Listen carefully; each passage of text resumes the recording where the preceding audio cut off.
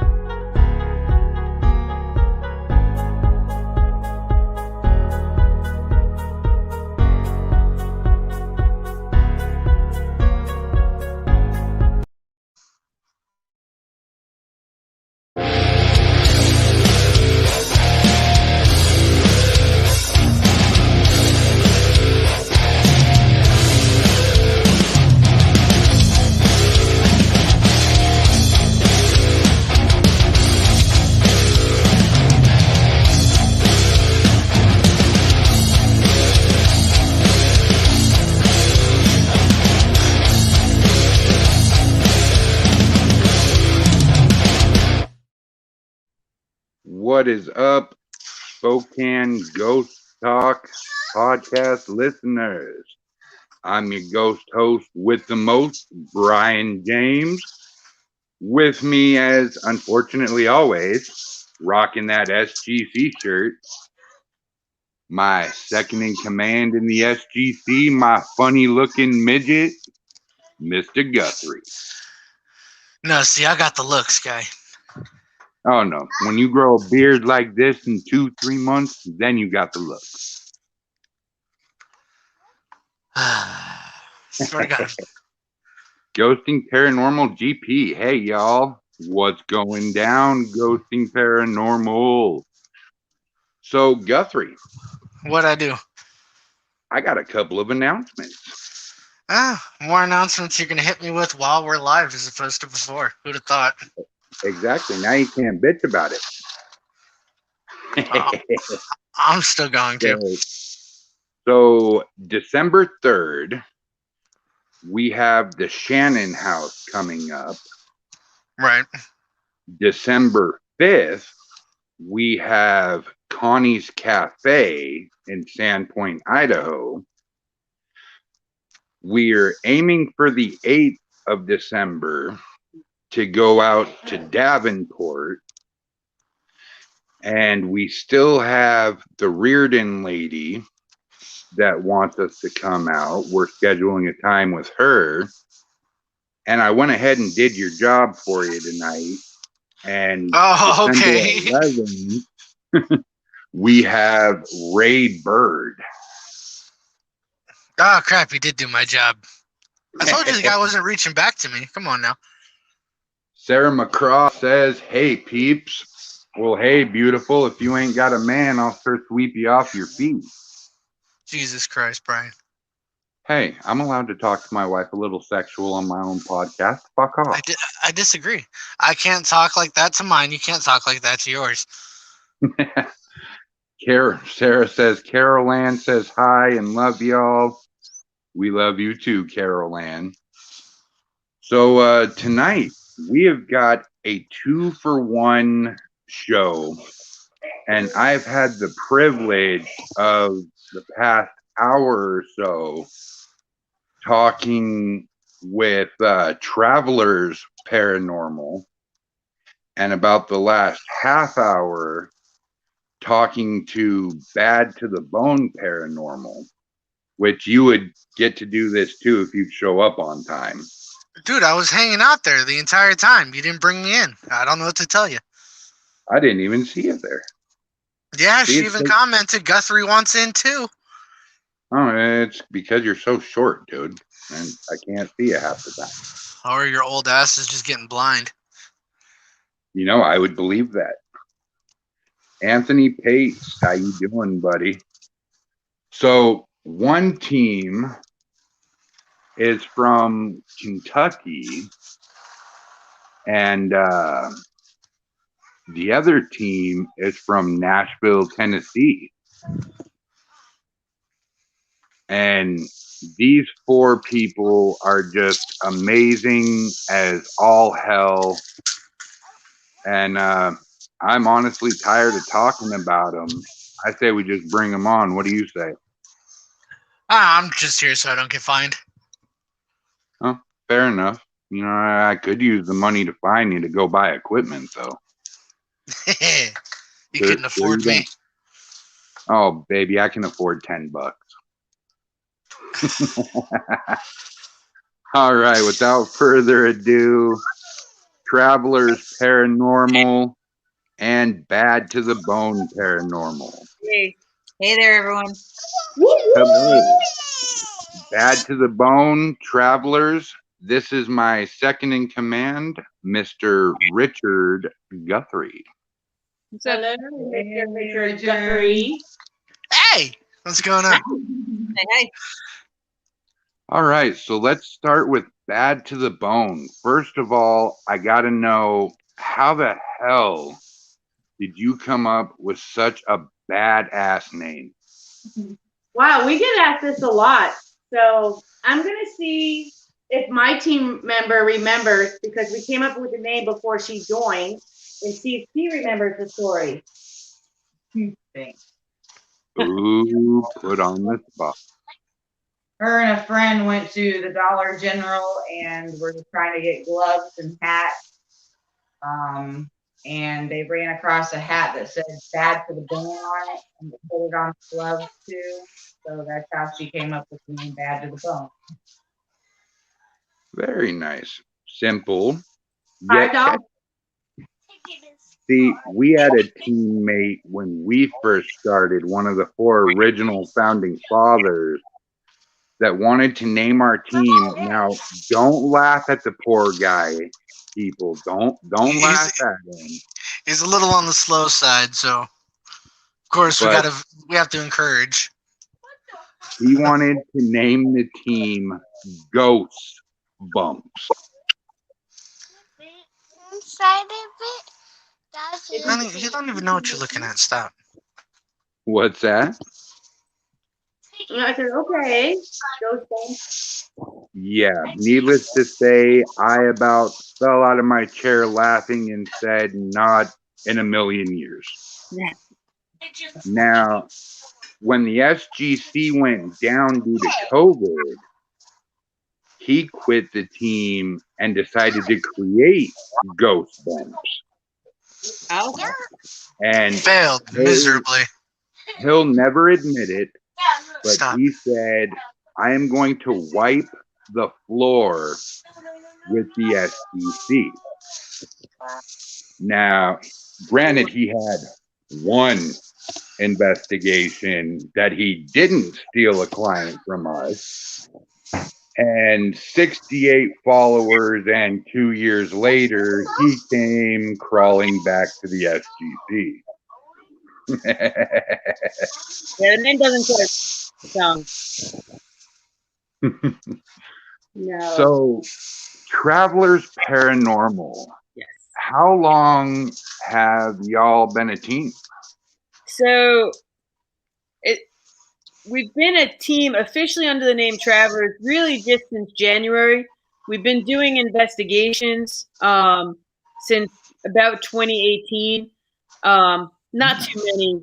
We don't have that many. But it was really like towards the end of last year where we were at Octagon Hall in Franklin, Kentucky, talking to a couple of people, and we were like, yeah, we're looking for a group to join, haven't really had any luck. And they were like, just make your own. And, the simplest solution is usually the best. So came up with a name and a logo. And so this year we officially launched as Travelers. Congratulations. Thank you. Thank you. That is awesome. It's been fun. We've had paranormal experiences since we were kids, but for whatever reason in 2018, we were like, you know what, it's time to go looking for it instead of just waiting for it to, happen. Most definite. MJC says much love and light.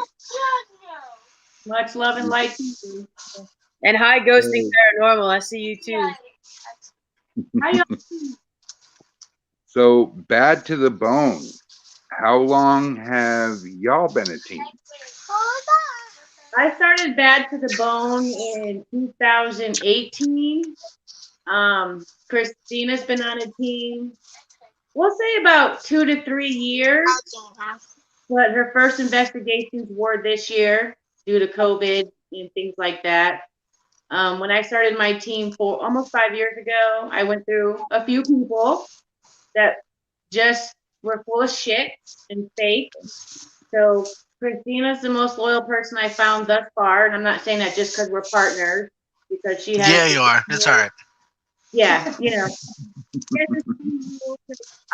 and expectations as I would expect from other team members. But I've had the team for 5 years now. Nice.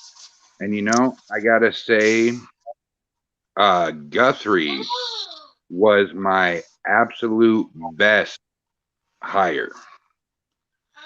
He's been No, with he's me. just saying that because I'm here with him. Dude, I will remove you off this podcast so fucking fast. You don't even know what hit you. No, he's been around for about 6 out of the 8 years. 7. And whatever. 7 years, 5 months, 4 days. I don't have that big of a count, but I'm sure if I go back and try. LOA Production says, "Hi, guy. Hope all is well." Hope all is well with you. Thanks for tuning in and support everybody. Serena, you are being a pest right now, honey. So, I know. Travelers, what was your guys' very first investigation? Hush, honey. Sorry, we didn't hear. Oh, I was asking travelers what their very first investigation was. So our first investigation was a spot in Eureka Springs, Arkansas, called the Crescent Hotel. Opened up in the late 1800s, but really what it's known for is at some point in the early 1900s, and I can't remember the year, but a fellow named Norman Baker took over the property and opened up what he said was a cancer hospital, said he had the cure for cancer.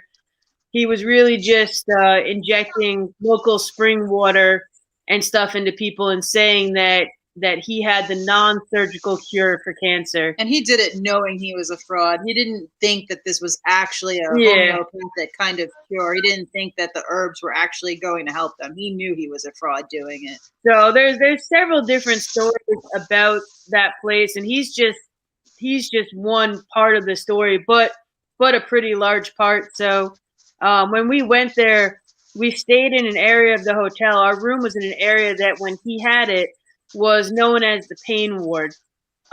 People who, when they were getting worse and in more pain, he would put them in kind of this side secluded area of the hotel. And then when they passed away, he would just tell other residents that they had been cured and gone home, so he could kind of keep his eye going. So probably the coolest thing we got from that investigation was we were actually sleeping, but we had left the recorder running in the room, and it starts out quiet at first, and then it kind of grows louder and louder, but you hear someone almost sobbing and crying to help me. And it goes on for about 3, 4, 5 minutes, something like that, and then it stops. It kind of starts out quiet and gets louder and louder. And obviously, we were sleeping. We didn't know until when we were home and going through our recordings, and we found that it was just chilling and a great start. Like we were hooked after that. There was no way. There's no going back after that. No, there is absolutely no going back after a piece of evidence like that. Bad to the bone. What was your guys' first paranormal investigation? I'll let Christina start. We had 2 different, so I'll let her go. My first one was trespassing at Postown Elementary School, which got me away and I lived there for 8 months. And my first investigation was there with Deb and RJD Rouse. They're big UFO people. Nice. I got touched. I got tugged. I got a disembodied voice. And I thought that was going to scare the crap out of me. And I've been addicted ever since. Hell yeah. What about you, young lady? Well, my first investigation was at Spokane Hall. And it was very interesting, very active. I did witness what it is like for someone to lose track of time. I witnessed a lot of things. Let's just say I learned a lot in that one night. But it's definitely an interesting place. And even though all the things that happened that night, I would definitely go back and do it all over again. Stop. That is awesome. Bad to the bone. You cannot smoke on my podcast. Only the ghost host can smoke. What's wrong with you? You say that, but I just had a smoke, bro. Like, we were live and everything. Well, yeah, you're considered a ghost host. I'm SGC. I'm not a ghost host. Hey, Dude, you're about to get ghosted. Shut it. Get off of me. Jeez. Move. So I'm trying to get bad up. to the bone. What was your guys' first paranormal experience? What initially got you into the paranormal? For me, it was trespassing at the school, and just on the outside of the building, and I have footage of this. I was just recording, and I watched the recording back the next morning when I got up, and I saw, I don't know if they were children or adults, but two little things coming across me. So I'm going this way, and then they're going this way, and then I saw two little things peeking out of the bushes on my camera, and I saw a woman in a white go down, and that was my first time ever experiencing anything paranormal. I never delved into this. I don't do horror movies, and that was my first experience with encountering something paranormal. Nice. Ghosting or travelers. Ghosting Paranormal GP says an orb just flew past y'all's head behind you. Yeah, I saw that. I mean, I saw the comment. I didn't notice anything. We're gonna have to watch back later. Yeah. Most definite. We've not had any experiences in this house. We did have experiences in the house that we used to live in, but not anything in this one. So we'll see. So, young lady, what got you into the paranormal? What was your first experience? I was probably about 14, 15, and this is going to sound so strange, but I used to live in a trailer, and we had like a small window in the bathroom, and it was right in the shower, which is really weird, but there was a house. Yeah, there was a house next door to us that was empty. It was a 2-story house, and I'm in there taking a shower, washing my hair, and I just happened to look out the window, and I seen a full-bodied black figured person. It had arms and hands, but it didn't have a face, or it didn't have a face at all. And I tried to ignore it, went back doing what I was doing, and I just couldn't help it. And I looked back out the window, and I literally walked downstairs, and it was staring at me the whole time. While you're trapped in the shower. I watched it walk downstairs, and then it stopped in the window and continued to stare at me. And I'm like, all right, let me keep doing what I'm doing. And I look back up, and the thing is on the second floor in one of the windows looking dead at me. And I was terrified. I literally went and woke my mother up, and I was like, hey, yo, somebody's in this house next door, and they're all black, and I'm trying to explain it to her. And she went outside, and there was nothing there. So I felt like I was just going crazy, but I know I seen what I seen, and it was scary. So that's kind of into it. I don't even let my wife see me in the shower, so. And well, thank God nobody could. I know Guthrie's first experience with the paranormal was looking in the mirror and scaring the shit out of himself.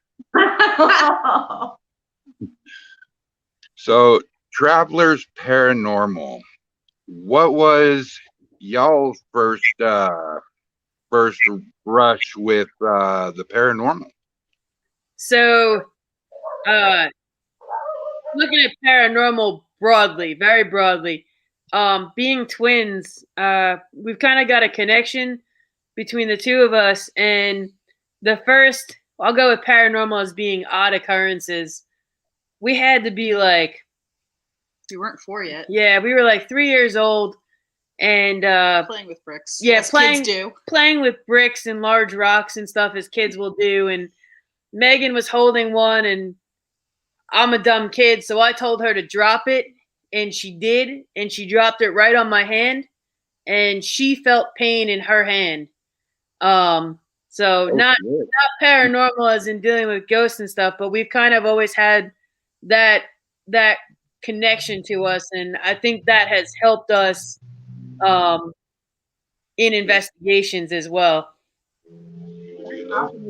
But growing up, for kind of the more typical paranormal, there was literally something that lived in Megan's bedroom when we were kids. There would be times where her cat would refuse to go into her room, and that was usually the warning sign to not go into her room. But there were times where she would wake up and it would be like there's something sitting in the side of her room looking at her, and she's completely frozen. There were nights where she would just sleep on kind of the end of my bed rather than go into her room. And whatever that was, it followed us from, it followed us as kids in 2 different houses, and it followed us to college, and it's been gone since then. So that's kind of good. Wow. Oh, that's definitely a plus. LOA Production says 11 years ago today, my group was created. And this is Mr. Fedora, by the way. His name is Scott, and his paranormal team is Wasp. But travelers, I understand the twin thing. Me and my sister were 5 years apart, but we should have been twins. Like, I get the sense when she's depressed, when she's sad, I feel her feelings and she feels mine. Yeah. Which I feel sorry for her when she feels mine. Yeah, we've had instances where we've had shared dreams, so we'll both wake up and remember what happened in the dream and remember what the other one was doing in the dream, and stuff like that. And we've had experiences where this happened a lot in high school, but say I'm in one class, she's in a free period talking, I would hear my name being called when she was talking to someone and telling a story or saying my name. So that's kind of been there our whole lives, that kind of openness or connection. It's neat. That's awesome. That's amazing. Yeah, that's cool. I'm not ghost hunting with you guys. So, Bad to the Bone, what was your guys' most recent investigation? I thought we were going to... What was... That would be with the world's largest ghost hunt this year, and it was at General Asheville Stone Mansion in Winchester, Indiana. Excuse me. And it's a mansion that was built by a gentleman who came into a lot of money during the Civil War because he bought things in bakeries, and after the Civil War, people needed to buy stuff. And I picked the location because I thought it would be an easy haunt for 2 team members that were new. That was that the world You might have. open portals all over the world, more than we've done before. That means we all have attached to us. I think pain and sorrow. It was pretty heavy. It was heavy. but it's definitely a must investigate location. That's awesome. That sounds like it would be a hell of an investigation. Where did they hold the largest ghost hunt at? What state? The main interface of it, the committee, they were all sitting at the Conjuring House while 125 of us teams were getting ready to go live at the same time. That They were is awesome. in Egypt and all over the world. We got different languages on the portals, got a lot of stuff. And this is sometimes where I'm like, why did I name my team Bad to the Bone? Because some people say, look at, there goes Scared to the Bone running. And it was where we just wanted, I personally just wanted to run out all night. It was uncomfortable from the minute we walked in. And we got at 4 o'clock, and we said, you want us to leave or go? And we got a clear leave. We packed up our shit as quick as we could, and we were gone. So, and General Nation is part of Save the Old Properties. So they have Licking County Jail. They have 11 different properties, but one of their most famous is Randolph County Infirmary. That you should go, Brian. Oh, definite. You know, and like we were talking about in the backstage area, I plan on coming to see both of y'all in Kentucky and Tennessee. So, Guthrie, you're more than welcome to come along too, but you're the only member I'm taking. I'll think about it. Well, it's nice that 4, 5, 6 people. Well, I sure as hell ain't paying for 5 or 6 people. I'm paying for myself, and that's about it. And me if I decide to go. And you if you decide to. Hey, wait a minute. Where Last one. We lost the travelers. They're not in the chat either. Oh, here we go. Hang on a second. Guthrie, take over the show for a minute. Sure, I'll get right on that. Guthrie's like, I'll get right on it. Nope, we lost him. That means talk, Guthrie. I don't know how to talk. You jackass. Okay, so Bad to the Bone. MJC Paranormal says this is amazing. Sarah McCraw says Carol Ann says listening to the twins talking.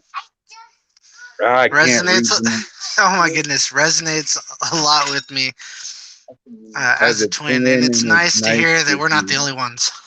Yeah, man. Go get your bifocals, dude. Said, I just dropped my new investigation on YouTube. I need 4 more subscribers to hit 600. Yes, go hit the like and subscribe on MJC Paranormal. Well, that's after this podcast. So Bad to the Bone. I gotta know what's next for you guys. Well, right now I think we're done with investigations for the year. The holidays are coming. We have things to do with families. But next year, I hope to have 2 more team members, and I hope to really put my team through some challenges that I went through when I first got involved into this, because I was fortunate enough to live in a haunted location and work with lots and lots of teams and learn and experience a lot of different things. So I want to put those things to the test, but with a little extra of a challenge. I want to know what my team members' biggest fears are, and I want to put them in that situation during a hunt to see if that can help them personally. Because I don't look at the paranormal just as ghosts. It's helped me personally. So there's a lot of ideas I have. And I try not to share them with Christina because she doesn't quite understand. But I have a lot of things coming up, especially involving the big splatter. I love the big splatter. Well, you know, we used to take these people that said they wanted to be on our team up to this place called Minnehaha Park. And the rumor was it was an old orphanage, and the crazy lady that worked there, all the kids that didn't get adopted when they closed down, she took out in the woods and slaughtered. Oh, So you hear the laughter of little children at night. You see the swings moving on their own. So I would have All my right, will you buddy calm down? Joe. He would hide in the woods, and we would take him up pretty deep into the woods. And Joe would make these god awful sounds and throw shit at him. And 9 times out of 10, they would all take off running and screaming. no, gosh. That's funny. It was the greatest thing ever. Yeah, they're back. they're back. Yay, welcome back, twinsies. Oh, Yeah, good. you gotta love paranormal pranks. Yeah, right. I did So- one with somebody, and it was It was the orb. it kind of backfired, and he doesn't do it no more. So, travelers, we're talking about paranormal pranks. Bad to the Bone wants to put people in their worst fears in an investigation to make them stronger. I took people in the woods and hired somebody to scream like a banshee and throw shit at them, and they'd take off running. What paranormal pranks do you guys do? Which is fine. I can pass. We're boring. Yeah. I You don't won't have be. I'm sorry about that. I'm back. anything. No, we don't have to put anything in. We'll do it. Well, there's nothing wrong with being The right time, boring. right place, like you said. Yeah, I can't really like when she can hear my thoughts. It's hard to prank her. And then when everybody's gone, Right. So, travelers, what is next for you guys? So we have a so when I knew that I was gonna start setting up social media, we did a bunch of investigations in a row. So we're still going through recordings and stuff from that. But the next investigation we're gonna go on is the kind of cheating. The lighthouse in St. Augustine, Florida. Technically, they wanted like $600 for a 2-hour investigation. If a place is haunted, a place is haunted. So in January, we're going. I bought $14 general admission tickets, and we're just going to carry recorders and do a daytime investigation because that's way better than $600 for 2 hours in the middle of the night. Oh, hell yeah. There's nothing that says that if a place is haunted, they're there in the day too. It's just not when people are normally looking. So that's our next investigation. That'll be at the end of January. Until then, we'll just be going through video and audio that we have from several different locations and trying to get those out there. Well, Yeah. honestly, daytime, nighttime, you're going to capture evidence if the place is haunted. Yeah, that's the way we feel. If it's haunted all the time, not just at night. Exactly. You can walk through a cemetery with a K2 meter and an EVP recorder at noon and capture just as much, if not better, evidence than you'd capture at 12 o'clock in the morning. 100%. One of my favorite EVPs that we have was actually at a cemetery that we went to in Nashville. It's Mount Olivet Cemetery. And Megan had noticed a large obelisk and it had matching graves on either side of it. So she went over and she was looking at it, and it was the Weaver Cheatham family. And she started reading through the different tombstones, right? She was carrying a recorder. So she was reading it so later I could go on to like find a grave and look up information. So she gets to one of them, and his name was Richard Weaver. And you hear her finish reading the previous grave, and she walks to the next one. She starts reading it, and we have a voice that said, "Hey, read me, read me." And then Wow. she reads through the whole grave. She moves on to the next grave, and the same voice says, "Hey, come back." Wow. So there's the middle of the day, you can find anything.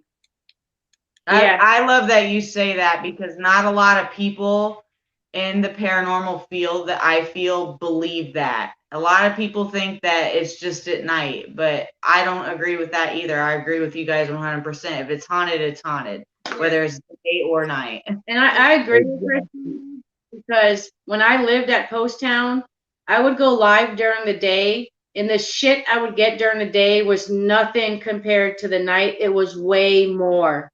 Yeah. I mean, if you think of it, like, you hear creaking and you hear footsteps at night because nobody's moving around. During the day, there's a lot more noise. That's why you won't notice it or hear it, but it doesn't mean it's not there. Right. I'd be just during the day going up in there by myself with my camera, and Hell yeah. but stuff happens. I want us next year to try to get to locations during the day, so we get a couple hours of light, and then see what we get during the day, and then see what we get at night. Randolph County Infirmary. I want to go there at 6 o'clock in the morning till 6 o'clock the next day, because they had breakfast there, they had lunch, they had dinner, they had workers in and out, they had schedules that they followed. So I'm during the day, people just, I'm dead, so I'm sleeping during, the day. Right.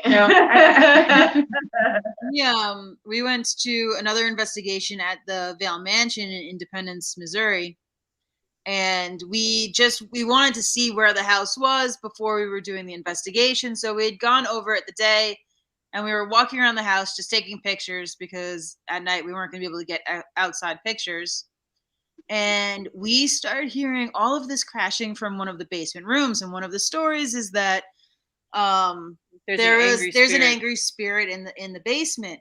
And we heard crashing and stuff, and we were like, there must be someone inside the house. And we eventually walked all the way around the house, and there was a car parked out front, and we're like, okay, yeah, that must be who we heard. And then the guy who owned the car walked over, because he was not in the house. He had been outside taking pictures like we were. And the two of us were just like, okay, no, that's a totally empty house in the middle of the day that had crashing going on in the basement. Wow. Oh, yeah. That's crazy. Yeah. The cemeteries here in Spokane are actually really cool.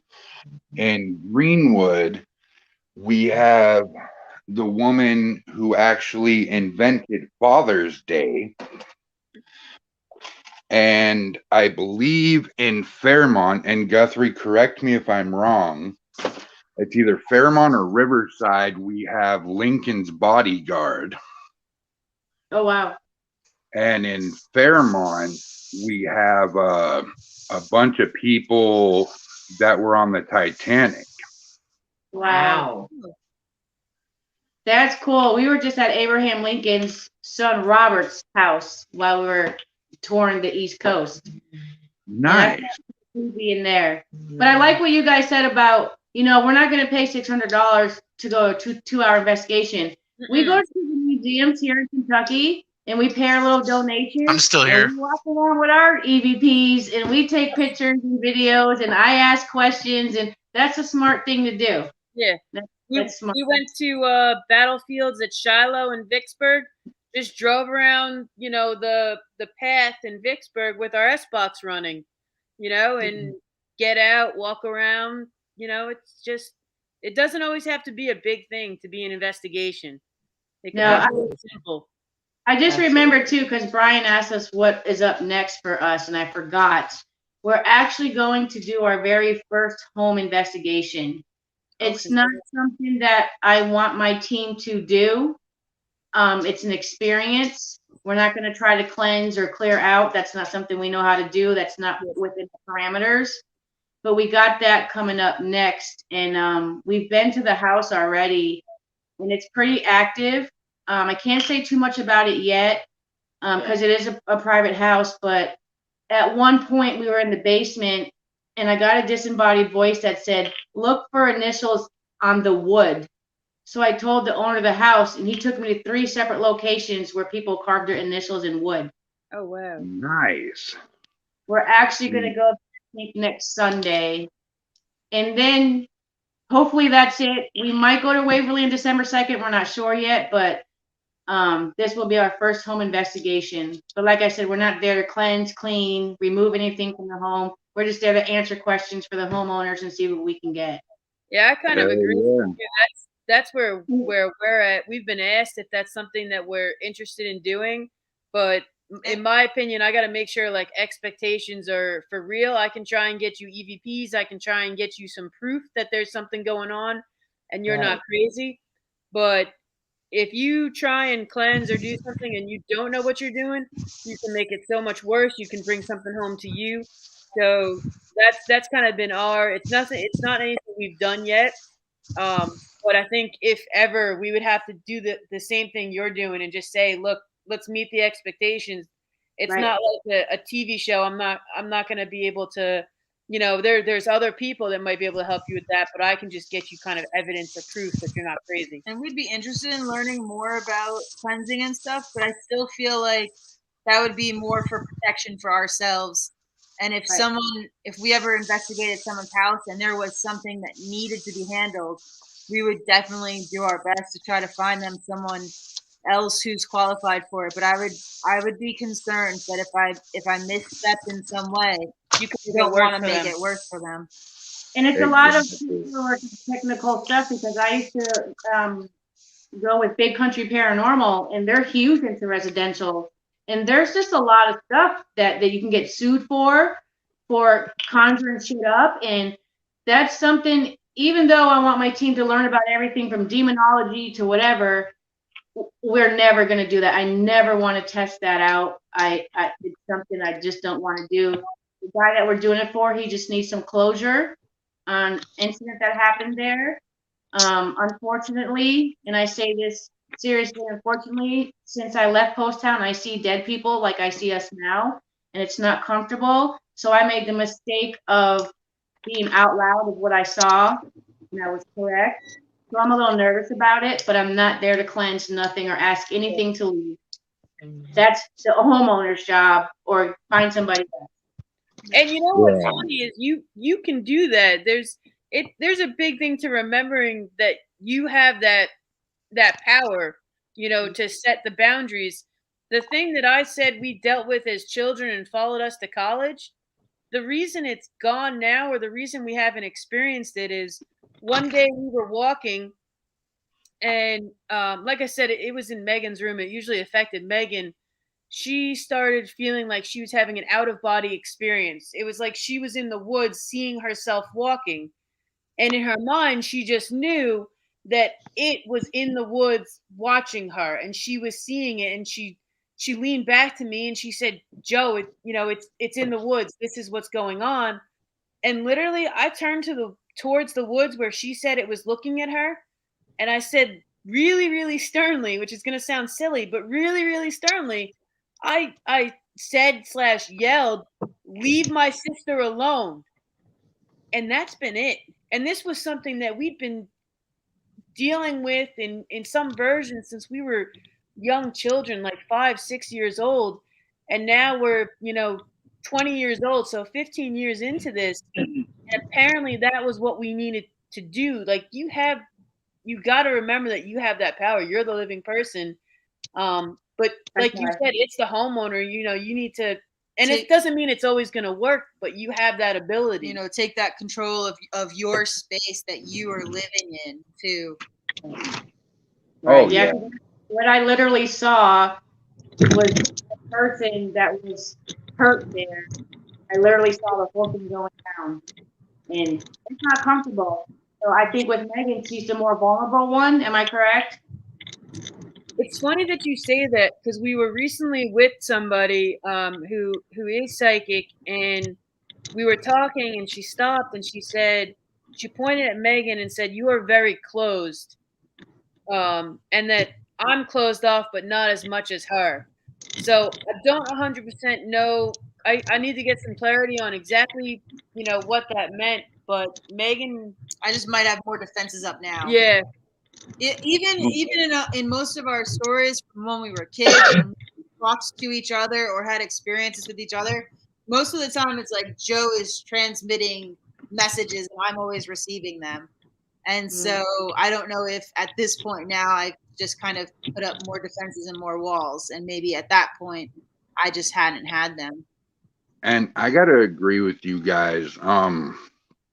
Residentials are quite dangerous. Thanks. Now not just for the paranormal watch, but for people in general.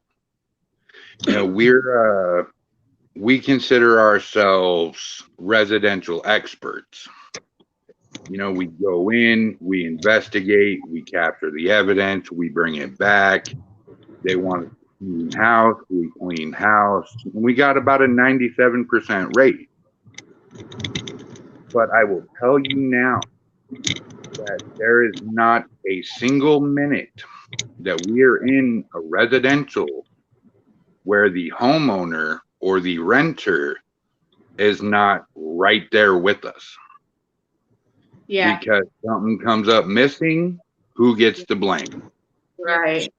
Well, the good thing about move, who gets the, you know, it's always the ghost hunter took my lollipop.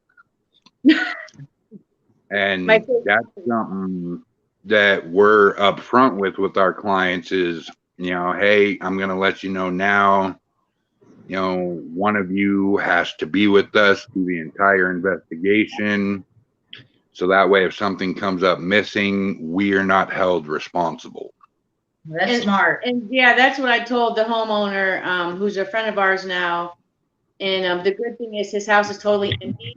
I still didn't know that I wanted him to be there in case something happens to the structure, or a hole gets put in the wall, or someone gets pushed across the room, and and it's what they're looking for. So I believe they should be there no matter what. It's affecting them. It's what they want answers to. So, but exactly. I'd be very interested in maybe someday, Brian, when we meet up, taking my team just to watch what your team does. Not that we can ever do it, but just to watch it, you know, and see if we begin into the end of everything we do. Well, I'll make you a bargain. You want to come next Sunday? Come on. I'm banned from Facebook for going live for another 53 days. Oh my God. Yeah, nonsense. All for sharing a picture of gentlemen dressed up with a ghostly apparition behind them. They said it was child endangerment and sexual. Oh my and God. Banned me for 60 days for going live. Mind you, there's nothing bad in this photo, like at all. I had the same thing. I had the same thing recently happen on TikTok, and I'm like, there was not even any pictures. Same. But if I can cut in, that'd be cool. We're doing an investigation on the 3rd of December. We call it the Shannon House to protect our client's identity. We always come up with funny nicknames for people that don't want their name out there. But there's been full body apparitions seen of an elderly gentleman and a little girl. Wow. Dark growls, sounds of music boxes playing. What else was there? Things getting moved, things getting thrown. It's been known to set people's temperaments off. If you guys would like to see how we operate, I will be filming this live on StreamYard. We're on YouTube, Twitch, and Twitter right now. And that's where we'll be filming. I can definitely bring you guys on, and we should just do a virtual ghost hunt together. Absolutely. That would be interesting. And you're more than welcome to use our page to go live. We're not blocked. Hell yeah. So back to the bone. I gotta know. What do you guys rock for equipment? So we're simple. Yeah. Again, working with so many teams, living in a haunted facility for so long, I've seen all the equipment. I've worked it all. I've tried it, and I gotta tell you, I don't trust all the equipment. I trust my recorder, my videos, and my pictures. That's what I trust. And a REM pod. I do great validation on a REM pod. Why? Because I know how to use it. It's about asking questions and then asking another question in a different way. A lot of people, oh, set off a light. A light goes off, they think it's there. They don't think to say set it off again or set off a different color. Right. But for me, I'm huge in EVPs. I studied and worked on that for 2 years straight every day. Nice. My team.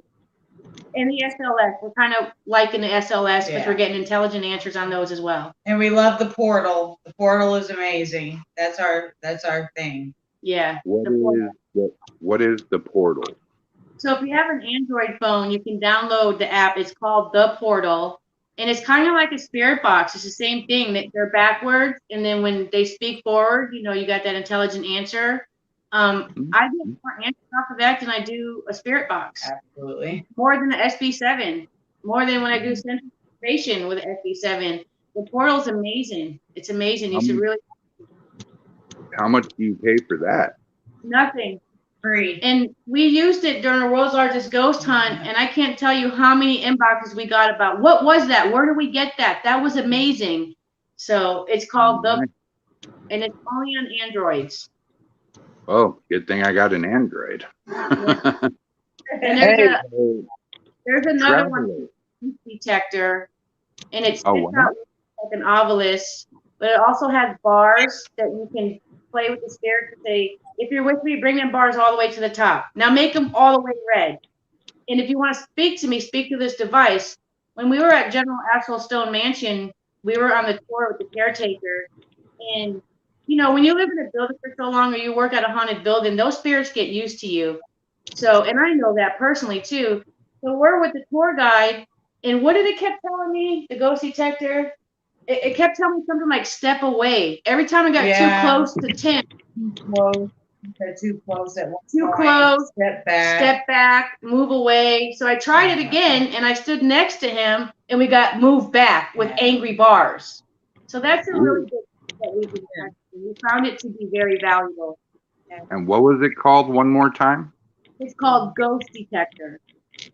So Ghost Detector and the Portal. The Portal. Okay. And the Ghost Detector keeps track of the words that have come through. Yeah. So if you forget words that came through, like me, I try to piece the words together to figure out what they're trying to get to so I can ask the right question. So it's pretty handy that it does that as well. Yeah. And then we just learned about I'm not going to say it right because I'm from Massachusetts, but the necrophiliac. Wait, careful. Necrophilic is getting to something else. Here we go. It's getting X-rated. We're talking about necrophilia now. Good Lord.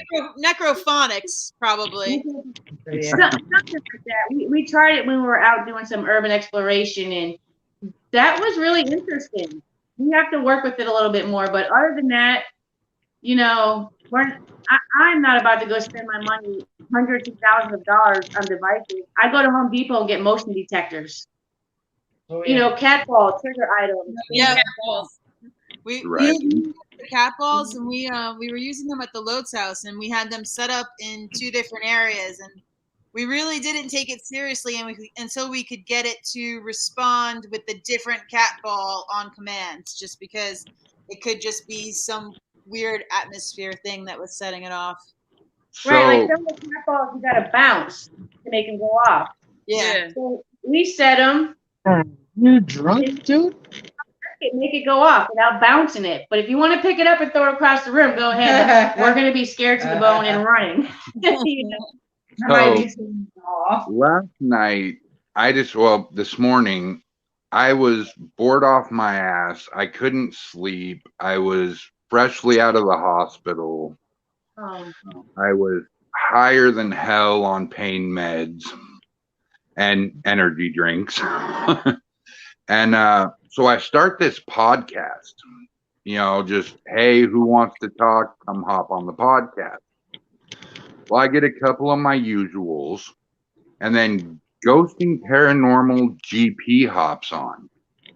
They're in the middle of a fucking investigation in this beautiful, like, bed and breakfast. And they've got their electronic K2 meters going off, their cat balls going off. You can hear shit going on. Man, a 15-minute podcast turned into almost a 2-hour podcast. wow. Interesting. Hey, is that the one you were trying to invite me to last night? Yes, it was. Gotcha. Where was the bed and breakfast? Ghosting Paranormal. Where was the bed and breakfast at, guys? Traveler, what do you guys use for the equipment? Kind of similar. I mean, we use recorders. We use our regular cameras. We have trail cameras, that we got at a sporting goods store that, hunters usually set them up to see if deer come by. And so they're motion activated. So we use those. Cat balls. We use an S box. And yeah, we do like our S box a lot. And then the only other real piece of equipment that we have is I've got a Seek thermal attachment that I can put on my my iPhone. Yeah. Oh, that's badass. Yeah. And we ourselves, we believe in keeping it simple as well, as because we have bad luck with fancy equipment. We have an Obelisk 3. Some jackass, not naming names, left in a fucking cemetery. Might have been Guthrie. We had an SLS cam. We were moving. It was in the very top of a box, and the box fell over a 2-story balcony. Oh. So we pretty much rock 2 EVP recorders, 3 K2 meters, a temp gun, an SG7 Spirit box, a night vision camcorder, and our live feed. Interesting. And here's the worst part. The worst part of that entire thing that he just said is we do equipment checks before and after. Yeah, and we still lose trap. We don't understand why it's a thing. It's like a curse. Ghosting Paranormal GP said Ragland Mansion. Nice. All right, where's Ragland Mansion at, Ghosting Paranormal? So, you guys have been around a little over, or about a year. You guys have been around for a couple years. I mean, Kentucky and Tennessee, not too far apart. Not at all. Could we see a tag team, like super powered travelers are bad to the bone paranormal merge for a few investigations? I bet we could. I'm down. I would love to do that with you guys. And we got ball movement at Octagon Hall, and I'll send you the video. But I would love to go back to Octagon Hall and bring you two with us. Yeah, absolutely. I know with some of the EVPs and the results we had from Octagon Hall, it was a public investigation, so there's a lot of people in the building, more than it can really hold. It's not a very big building. So we left knowing that we needed to come back and really see it real quick while we're talking about Octagon Hall. And I don't know if you guys know this, and I'm sorry if you don't. But Billy Boyd, who was the owner, ran the Historical Society, owned Octagon Hall. Yeah. He just passed away this week. And I feel bad talking about Octagon Hall and not mentioning that. I know the time he went, we got to meet him for just a few minutes, but really, he loved that building. He loved that building. He loved that history. And He did. He's a loss. You know, Bear loves that building too. And matter of fact, we were supposed to be on Friday night. Some evidence we caught there with Jack Osborne and the Ghost Brothers. But after Billy got put in hospice, Bear got sick and was sent to Nashville, so we weren't able to do the show because we felt it's not fair to go on the show without them there. Yeah. So we didn't do it. But definitely would love to take you guys there. Not on a public investigation. Yeah, we left our recorder in the basement for 13 hours. And we went in May, and we still haven't got past 13 minutes because there's so much shit. Yeah. Well, here's what I think. I think you guys should meet up in February or March of next year, just so we can sprinkle on top of it just a little bit of SGC flavor in it. Hey. Because I am dead serious when I say I'm going to make a stop in Pittsburgh, and then I'm coming to Kentucky, and then I'm coming to Tennessee, and we're going to go do Waverly Hills. We're going to go do Bobby Mackey's. You guys can take me to your other spots. And I have a nice 2-man tent and a sleeping bag. I will sleep in the backyard. It is all good with me. It's not the worst we've done for investigations. Yeah, I ain't sleeping with no bugs. We got an extra room. We got a big sectional, so everybody can just stay here. I cook big meals. That would be very interesting. That would be a great time. And I look forward to that. But Brian, let me know as soon as you know some dates, because obviously we'd have to book these places. Octagon Hall is fairly good price. It's $350. You got 5 people going. It's pretty cheap. Waverly, the prices are changing right now. Yeah, I know some people, so I might even be able to get us in free. Oh, you see, Waverly, I know it fills up really fast, so. Yeah, my big thing is as soon as I get my income tax check, I'm gonna, put up a little bit for the kids, and then my ass is hopping on a train, and I don't care if I have to drag you by your ugly, straggly fucking goatee, Guthrie. You are going with me. And we are going to Pittsburgh to go investigate Gettysburg with Matt Barron. From there, we shall go to Kentucky, where we'll meet Travelers and Bad to the Bone. And we will go do Mr. Mackey's and a few other places there. And then we'll come back to Tennessee. We'll rock and roll on a couple investigations there. And then from Tennessee back to Spokane. And that'd be cool because while you're here, we can introduce you to a lot of other teams. I love Open County Paranormal. Brian, you got to meet them. They're doing such big things right now. It's a team of 4 girls. They actually got a little series coming out, but I'd love for you to meet them. And we love working with other teams because, I said last night or a couple nights ago on a podcast, I don't know how people call themselves paranormal experts. I don't understand that. But every time I go out, I'm teaching, but I'm always still learning. Yeah. Exactly. I love to work with other teams, and I will never investigate with somebody who tells me they're a paranormal expert. That's when I I'm stay a away. paranormal expert. Guthrie, you got to go. Pick them out. Yeah. We're all doing this because we have questions. If we had all of the answers, we wouldn't need to be doing it. Right. Hey, well, on the flip side, though, how can you be a demonologist?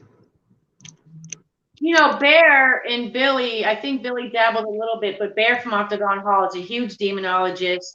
And honestly, if we had ever encountered anyone who needed help, The Night Stalkers are the first people we would have turned them to. Yeah. The night that we were at Octagon Hall, I lost 45 minutes of time. I let myself go. I tried an experiment. I took off all my protection. I fixated on one specific person, Edward, the soldier who crawled upstairs when he got shot. And that I don't remember too much of, but I put my team and 2 other teams at risk. So bad that Oldham County Paranormal, Shannon, if you're watching, wanted to shoot. Well, I'll tell you what, right now, every investigation, I go in like a baby daddy. I am completely unprotected. You know, I have what they call a beacon. Yeah, shut up, Jeffrey. I'm glad you caught that one, though. But I have a very bright beacon. I'm not a super sensitive, but I am a sensitive, and they're kind of drawn to the light.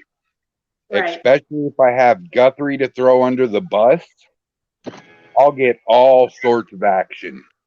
Because every time I throw this fucker under the bus, they come at me. Yeah, every single time. There hasn't been a time it hasn't happened. He's the reason why I got the demonic attachment from Colfax. Wow. This thing lasted for 8 months, completely destroyed my team, almost destroyed my marriage. Hey, we're back. Lost us a TV show. We were known as the hottest team in the Northwest. That was our 2nd year running. We were getting between 3 to 5 investigations a week. I mean, we were unstoppable. Wow. And a demonic possession stopped me like a freight train. Wow. 6 sagings, 3 blessings, and it finally let go. I don't know. I think Christina told me they took me outside. I kept yelling, "No soldiers behind, leave no soldiers behind. They're going to die." And you guys know the addict, how you got to walk up that ladder. That's where it started. All I remember is somebody saying, "Give me your gun," and I threw my flashlight to the corner, and that was it for me. They had a hard time getting me down the ladder, but I think they said that they threw holy water on me. I took her, so everybody kind of got stuck, and these people were way more experienced than I was, and everybody just kind of got stuck when it first happened because nobody really knew what to do. And she was literally just trying to walk through the hole. Like, she wasn't trying to go down the ladder. She just wanted to walk straight through the hole. And I'm like, no. So I had to fight with her for like 10 minutes just to get her to go down that ladder. And when I finally got her down the ladder, I told her, "I'm right behind you. I'm coming." And I came down behind her, and all I heard was another team that we were with. The lady kept saying, "Get her out of here, get her out of here." So my first thought was to take her outside. Yeah. And that was one hell of an experience. It was hard. It was hard getting her to come because she wanted to go back. And I'm just like pulling her along, like, "No, we got to get out of here." And I finally get her outside. The other team members showed up.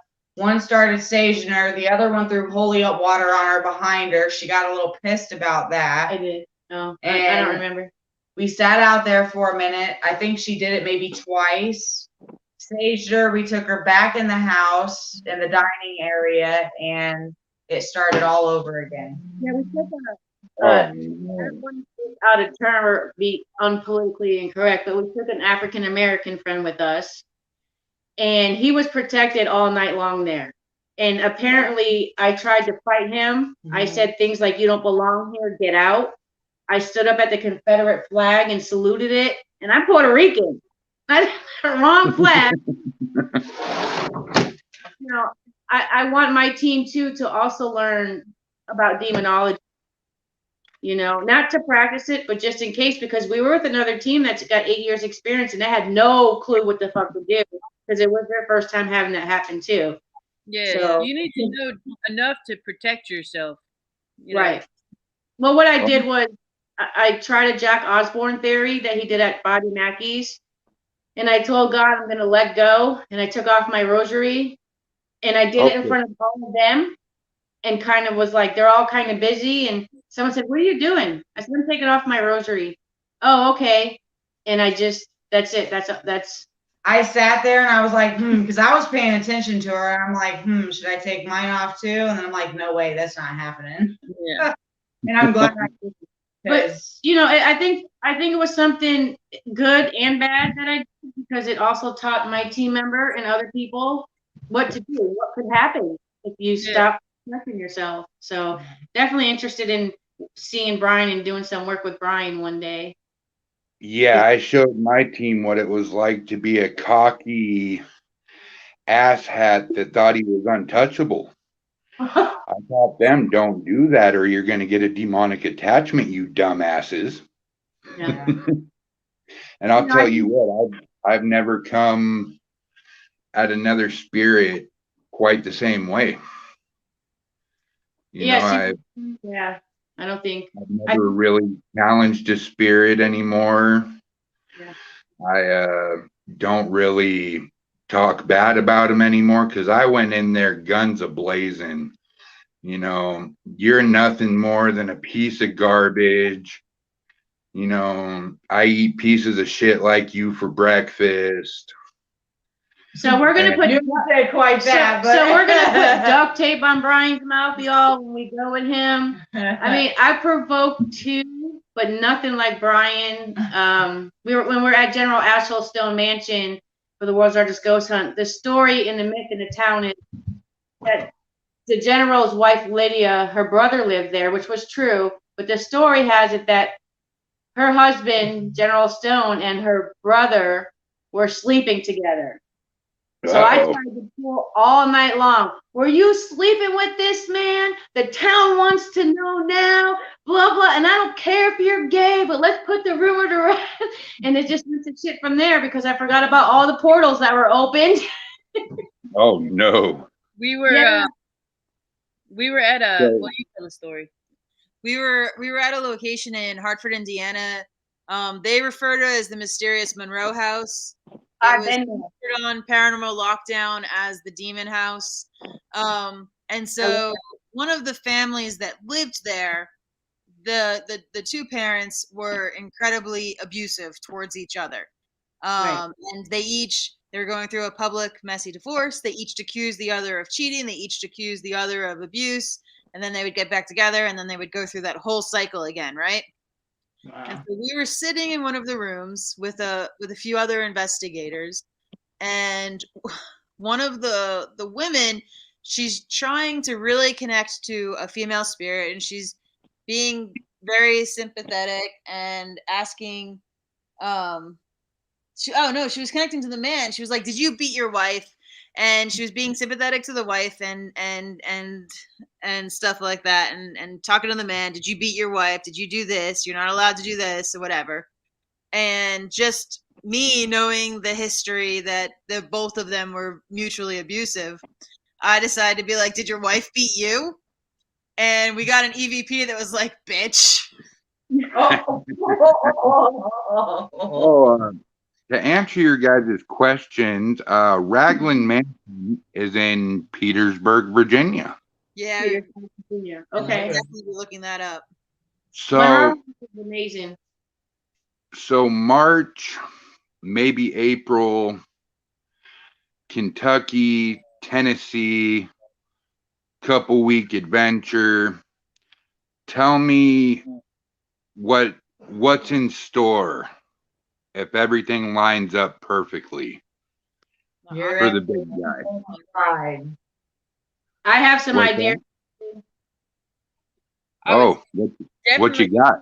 It's got to be Octagon Hall for sure. After yeah, that's where one of my thoughts are for Brian. What I would like to do as an experiment with you, but I'm not going to tell you till we get there. Hey, I like being the guinea pig. I will totally be a Guthrie for a night. And Bobby Mackey, since I'm the only one that's been there to investigate. I have something for all 4 of you, and it's going to be separating everybody. So not in the basement. So. I don't like the basement. Hell yeah. Yeah, don't point out your feelings to me because we're not. So we got Octagon Hall, we got Bobby Mackey's. I think one spot that I know I need to go back to is the Lowe's House in Franklin, Kentucky, Franklin, Tennessee. It was at the center of the Battle of Franklin, the Second Battle of Franklin, and we are still going through our evidence from it because we stopped to go through Waverly Hills. But it was the first time I left an investigation, and I was super excited that I knew. A lot of times we get our evidence by listening back to EVPs, but the Lotes House, we were flat out interacting with somebody, and we. Sorry, guys. It was supposed to be an in and out thing. Can you give me some batteries? Yeah, is that a 7-Eleven? I'd really like a Slurpee, you know? You know, my uncle, and nah, the wife asked me to grab some stuff, so I figured I'd pick her up some energy drinks before I went up there. Oh, dude, where's mine, hubby? Right. Brian needs 2 monsters. Right. Yeah, you stole my monsters, Guthrie. I know it was you. I'm not your monster. What the hell are you talking about? It would be to Waverly, but that place is booked. Sometimes, like 1 year, it was booked out a whole year in advance. But with the change of hands right now, I don't know. It's like it's a lot of questions. They're charging so much, and it's $1,000, right? And it used to be for the whole night, but now it's only half the night. So it's hell no, no, we're not paying $1,000 to get into Waverly Hills. They can kiss my Waverly ass. I mean, it's a beautiful building, and I love it, but it's just. Yeah, it's a beautiful building. I think people are starting to catch on, especially with their prices, because on December 2nd, they got 35 open spots at $102 each. Add that up. And then 30 people in one building. Here's my thing. I want cheap. I want free. I want, haunted cemeteries, haunted woods, anything that's $50 or under. We got you in Kentucky. Tennessee's got some good prices too, from what I'm hearing. Yep. So all I gotta do is talk it over with my wife, but if I tell her I'll buy her a new tattoo, she'll be more than happy to let me go for a couple weeks. So it's a bribe. It really is. I got guilt tripped today, so she's getting bribed when she gets home.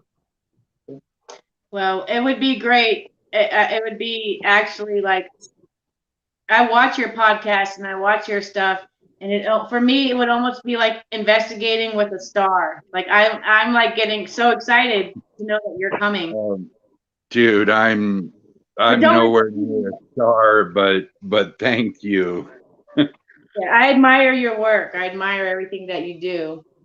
I very much appreciate that. Thank you. Guthrie, I don't know though, because I don't know. I haven't seen him do much. Guthrie's in none of our videos. He is like the elusive fucking cameraman. Hey, you holding the camera because you do need someone to hold the camera. It's not like I haven't tried to, get in on the conversation and whatnot. You two are yakking so damn much. Christina's not a camera person. She likes to be behind it, but she's getting more comfortable with being in front of it. For instance, World's Largest Ghost Hunt. I was affected by something, and I said, this is my opportunity because my team sees me being affected. This is my opportunity to put them on a spot and let them finish out the last 20 minutes. And that's what I did.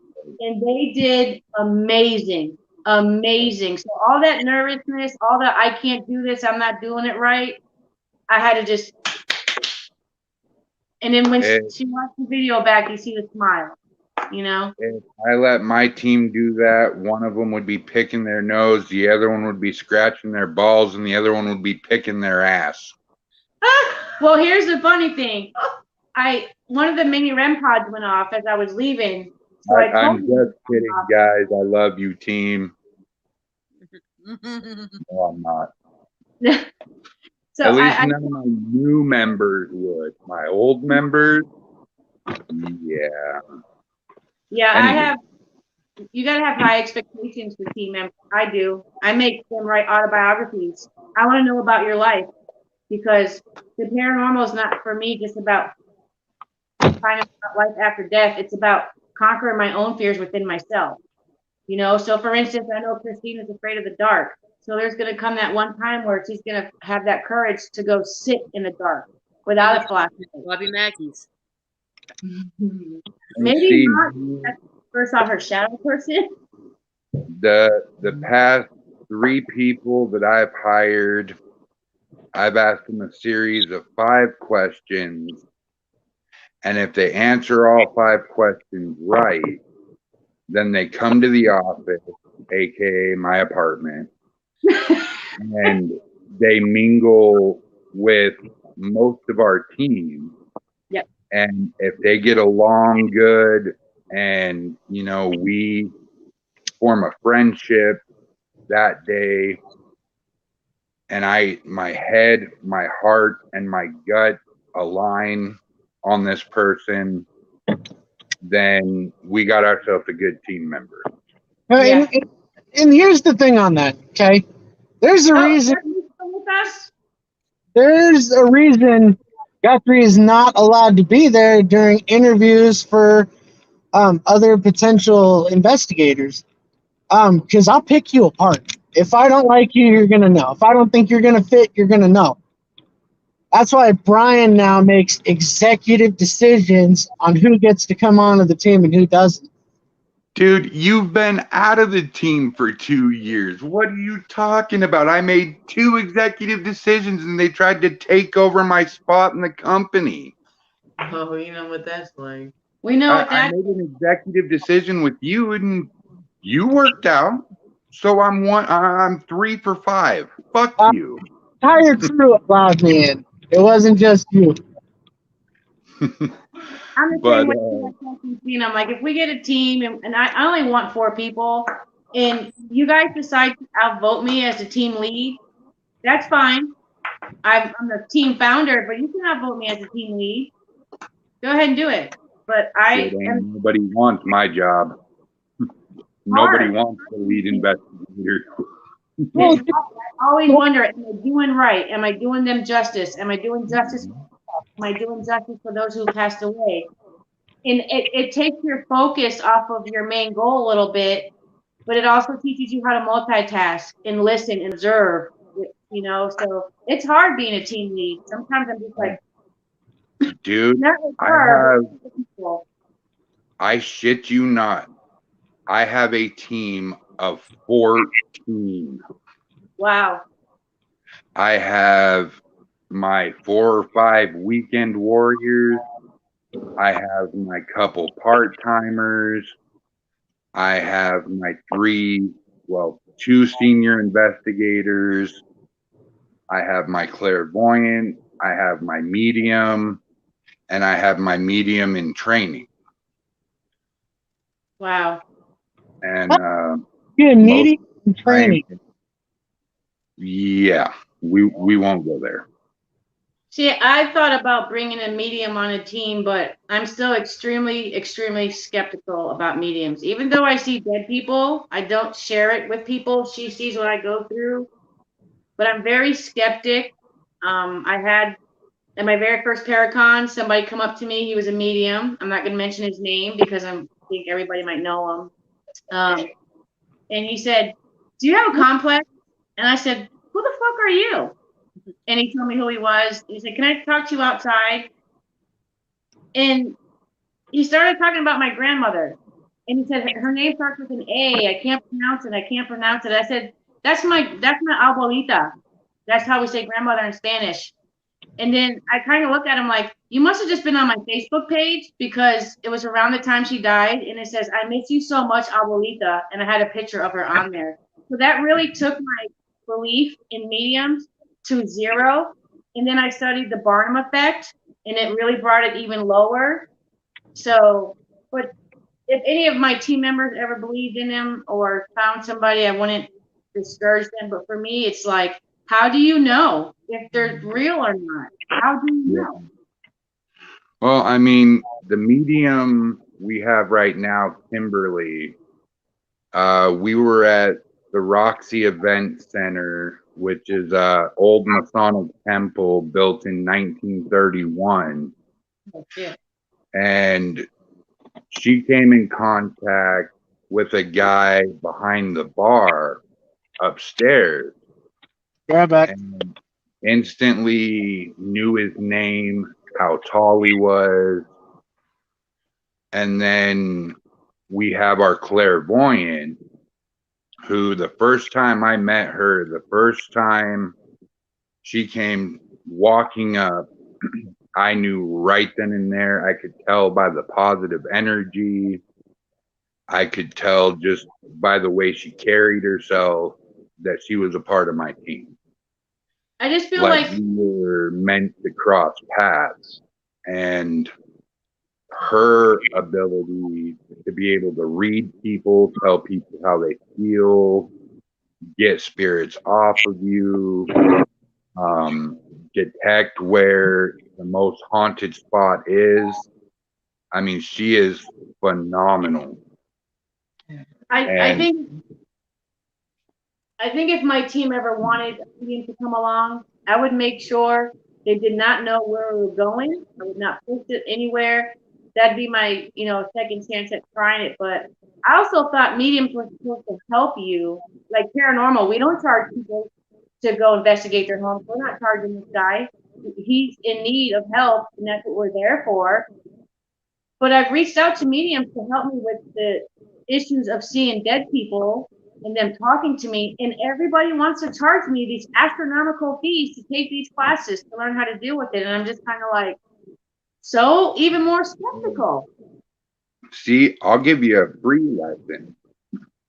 You're either A, an empath, or B, you yourself are a medium, and you just haven't tapped into it yet and don't know it. And that's something I don't ever want to tap into. It's scary to see the things that I see. And I could imagine. I can imagine how hard it is for my partner in the middle of the night when I'm waking up and there's people around me, or I'm too afraid to get up and go pee because there's hundreds of them standing in my room reaching out for me, and it's not delightful at all. So when I do hear mediums talking about, it's not comfortable or whatever, I kind of get that, but I don't want to be an empath or a medium. But at the same time, I think we all have some type of empath in us because we can feel other people's emotions. If you're pissy, if you're in a good mood, if there's something. But it's something I'll look into, dwell, more in 2022. Maybe practice with some mediums, bring them on some locations and see what happens and see if there is truth behind it. I mean, I know there's got to be truth behind it because of what I see and what comes to me, but it's not comfortable. Well, I'm telling you now, you have hundreds of dead people reaching out for you. I sure as hell ain't sleeping in your freaking house. You can pick a tent in your backyard, thank you. So, travelers, what is your take on putting a medium or a clairvoyant or a psychic on your team? So, kind of like I only charge $5.99 in investigation, The stories that we had before, I think both of us have some abilities, but we don't really understand the extent of them. When we were younger, I mentioned before the shared dreams, but there were other times where we had dreams that kind of mirrored things that were happening in real life. And so I don't know that I would look to add anybody. Just the two of us. I think we have a good ability for communicating, but not so much ability that we're kind of in danger of losing control or anything like that. I mean, and I you kind of feel, guys, I feel like I would also be a little worried that, you know, someone's kind of lying to us, or it would have to be somebody that I know that I can really trust. Right. so you guys are just gonna be the two-man army and not hire on any more investigators or anything like that? Not at this time. I don't have any. I think we'll look to do partnerships and team up. I would be more likely to keep just the two of us and then look to, you know, go somewhere with you guys and go somewhere with you or other groups that we've talked to and have like a team up and a partnership there. But at the end of the day, we're still our own separate teams. I like Hell that. yeah. I think that's So- how Christina is too. We're with that. She wants it just to be her and I want two more people because there are locations you go to like Waverly or Randolph where you need two people. But I'm at the point now to where maybe she's right, and maybe it should just stay the two of us, and we just collaborate with other teams like we do. Yeah, we collaborate a lot. we've got a spot we're going to next March in Rockville, Indiana, and the building is huge. So it's gonna be tough. It might just be that we need to pick, you know, where we're going to really. There's like 5 different buildings on the property, so it might be that we need to just pick where we want to investigate, or just realize that, you know, that's the beauty of trap cameras, that I can leave them in one building while we're in another, or reach out, you know, to other groups. And I've reached out to. There's a group I know of in Indiana. There's another group I know of that's kind of close to Tennessee, and that's close to Nashville, that I'm gonna reach out to and see if they want to team up. But yeah, I think that's kind of the way to go, at least for us right now. Well, you know, and I understand that completely, because having a team of 14, and don't get me wrong, every team member I have, I would gladly take a bullet for. My team is my family. Right. You know, that's the only people I associate with. That's the only people my kids associate with. You know, but it is so much easier to have a team of 2 to 4 than it is having a larger team, because you get the bitching and the complaining. Oh, well, I don't do residentials. I only do buildings, and I can only do it on the weekend. And then you got your full-timers that are like, so what, you're just going to put me on the shelf for this investigation and take a weekend warrior? Yeah. Right. So it's like, you know, you're damned if you do, and you're damned if you don't. And then it's harder, I think, if you have a large team and you go to a smaller place. It's like, who do you pick to go? Because when we went to Randolph recently, I was so upset because it was her first time going. The guy we went with, he brought 9 people. And I don't know if any of you have been to Randolph County Infirmary, but you can every piece of block of the town. There's a lot of wood in here, echoey.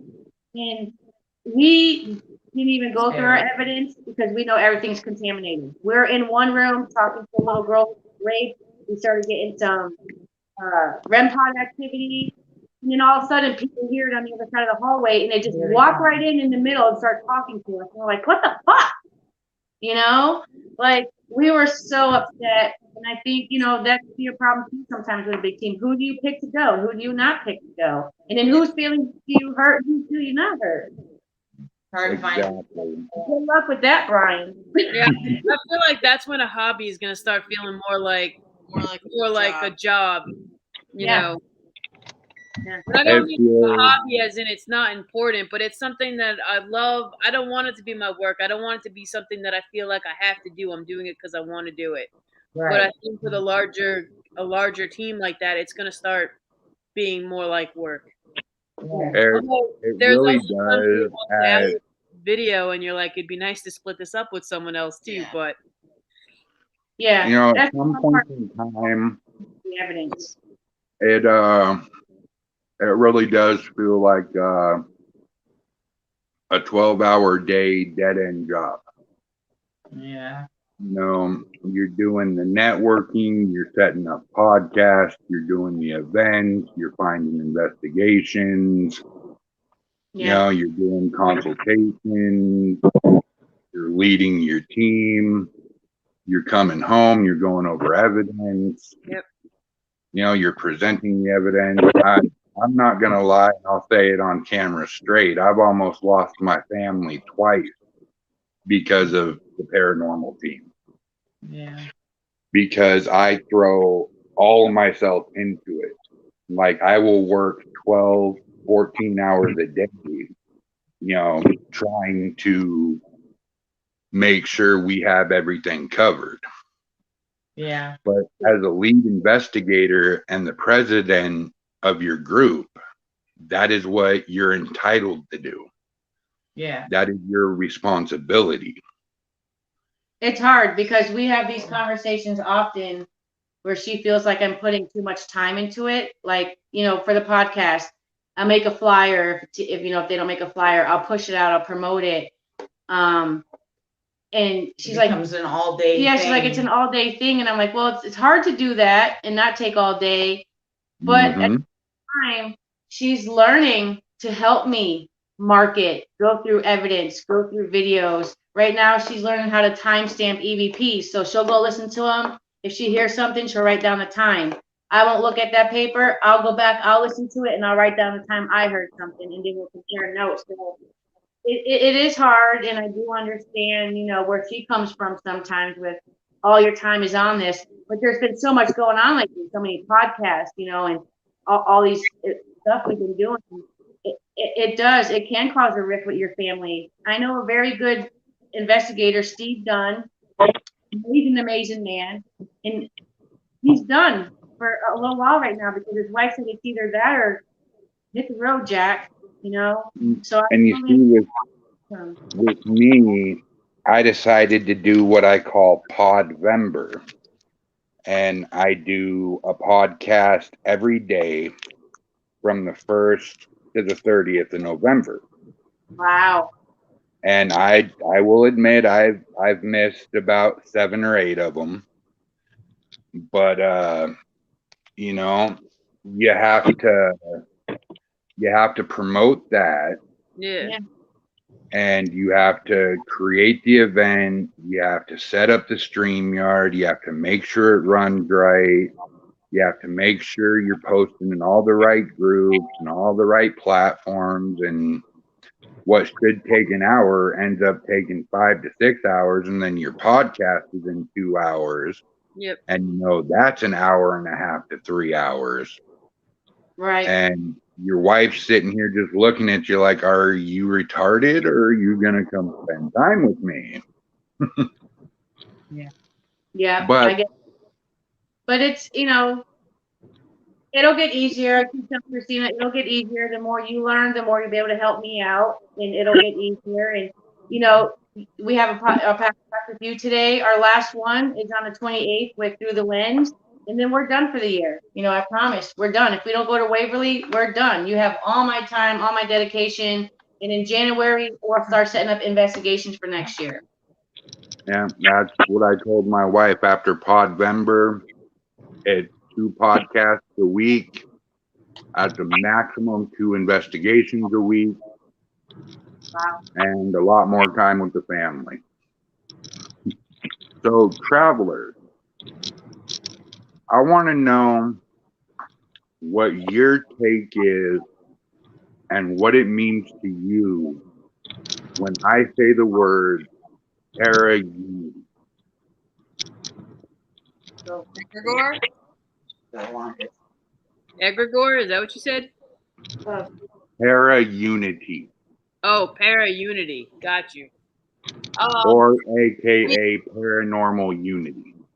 I mean, I think just like networking and supporting each other and being there to encourage and listen to evidence without trying to tear it apart, tear each other apart.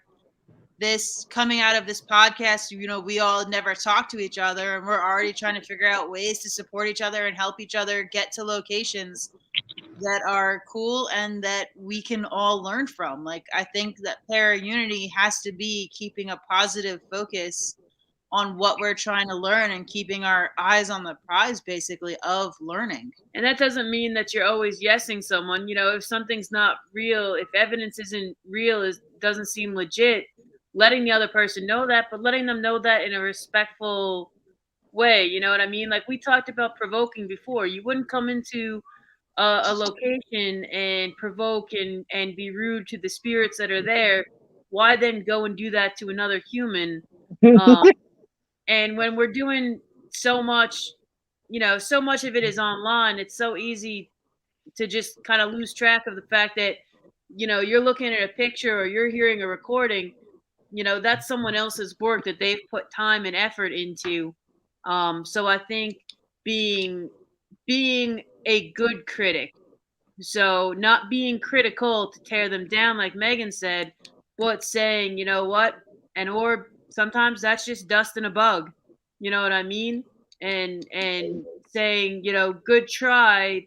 Here's how we can, you know, look at that and learn and develop better from that, and then collaborating and that kind of stuff. But making it an environment that other people are going to want to come into, because right now there's a lot of drama going on, and it doesn't need to be that way. I agree 100%. Bad to the bone. What's your take?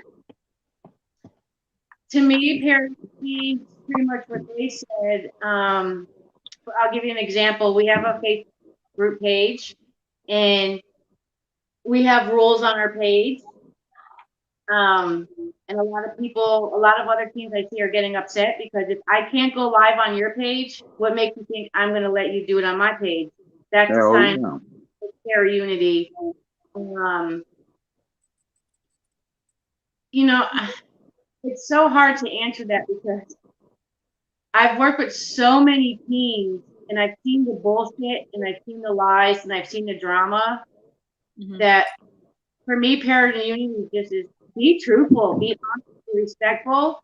If you can't respect the people who have passed away that you're investigating, then you have no business in this. And if you can't help other paranormal investigators do what we're trying to do, then I don't want to have nothing to do with you.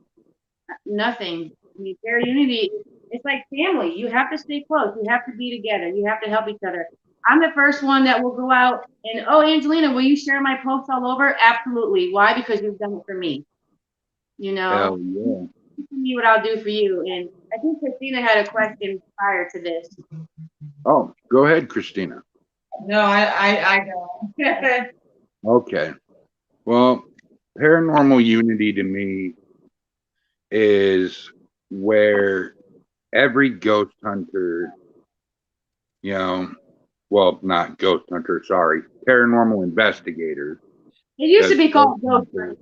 Are just assholes.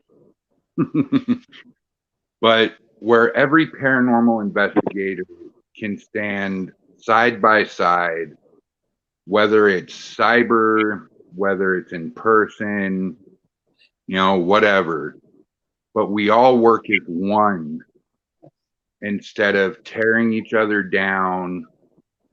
And, you know, who cares who has the better evidence? You know, it's like a you know what measuring contest. Yeah. Right. You know, and it's a bunch of bullshit. You know, I have a Para Unity family right now that's MJC Paranormal, Ghosting Paranormal, at the Paranormal Consultant, which I'm sure you guys will hear from here real soon, because he always likes to meet the teams that I do podcasts with because he does a podcast. Oh, cool. You know, and there's the Minnesota Spirit Hunters, there's Forget Me Not Paranormal, there's Paratimes, there's just, 8, 9, 10 other teams that we've never met in person, but those are my brothers and sisters. Yeah. And I feel the exact same way with you four. I feel like I have gained 4 sisters tonight. You have, and we've gained a nice big brother. That's right, a big fluffy brother that's very protective. Okay. You say Brian, about para-unity, everyone coming together. That's what the World's Largest Ghost Hunt is about. Everyone, all 125 of us teams from the United States and I think 3 or 4 other countries, we had to all come together to pull this off. Mm-hmm. And man, amazing. It was so amazing. We got attachments. We needed help. We had people calling us on the phone, taking us away from our investigation. And that para-unity, it was amazing. People were sharing each other's stuff out. It wasn't about, I'm going to a better place than you or blasey. It was the best para-unity I've ever seen in 5 years of doing this. It was the best. Speaking of para-unity, the paranormal consultant, Matt Barron, on March 26th of next year, there's a fair that comes to his town that shuts down the 3 surrounding towns that he's in Pennsylvania. Wow. And he's calling Para-Unity Day.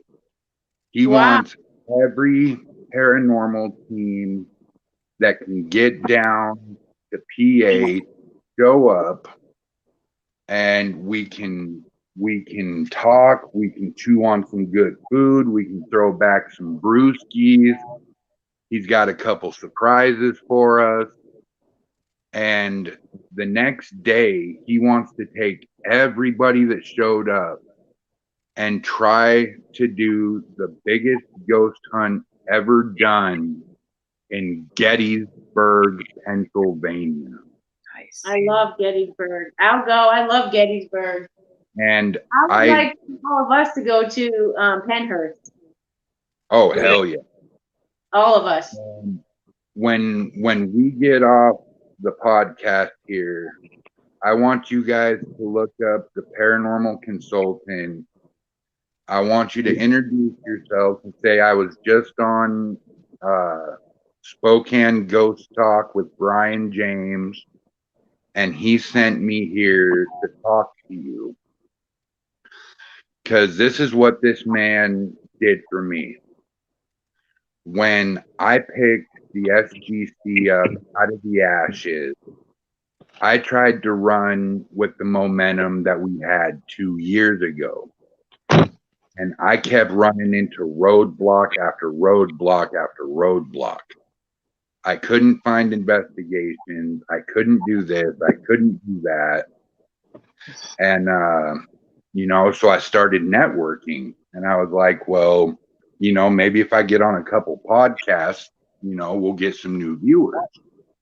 Mm-hmm. I messaged him, and about 2.5 hours later, he messages me and says, what are you doing tomorrow? Wow. I said, nothing. He goes, good, you're on my podcast. And I talked to him, and he told me about para-unity.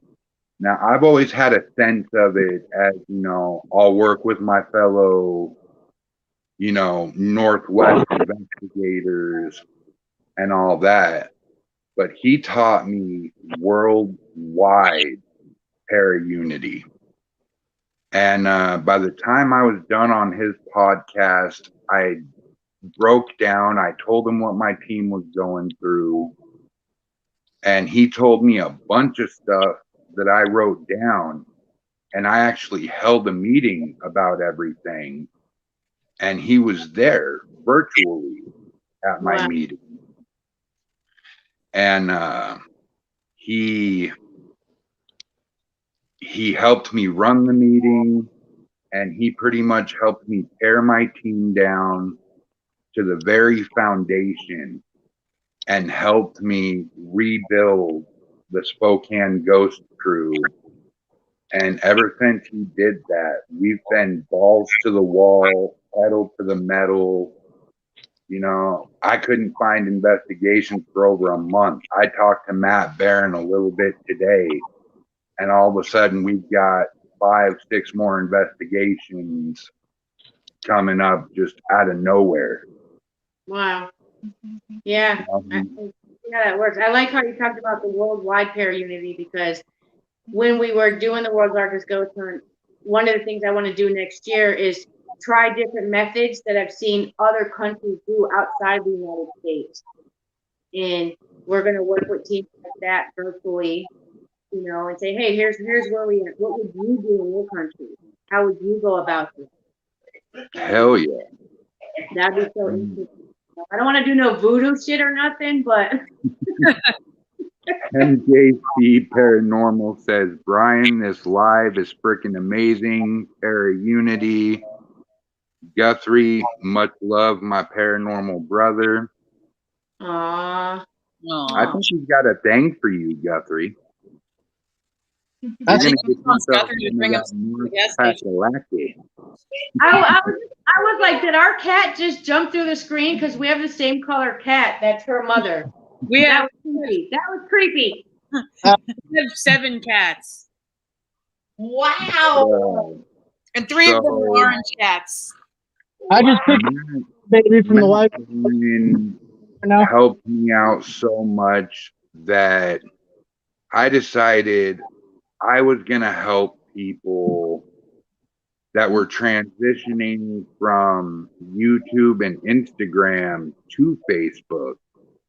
And I met all these people by inviting them to do a podcast with me.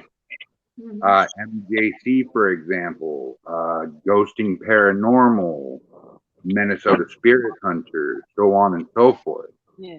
I have built all of them group pages on Facebook. I built them fan and business pages. And I also did custom logos for them.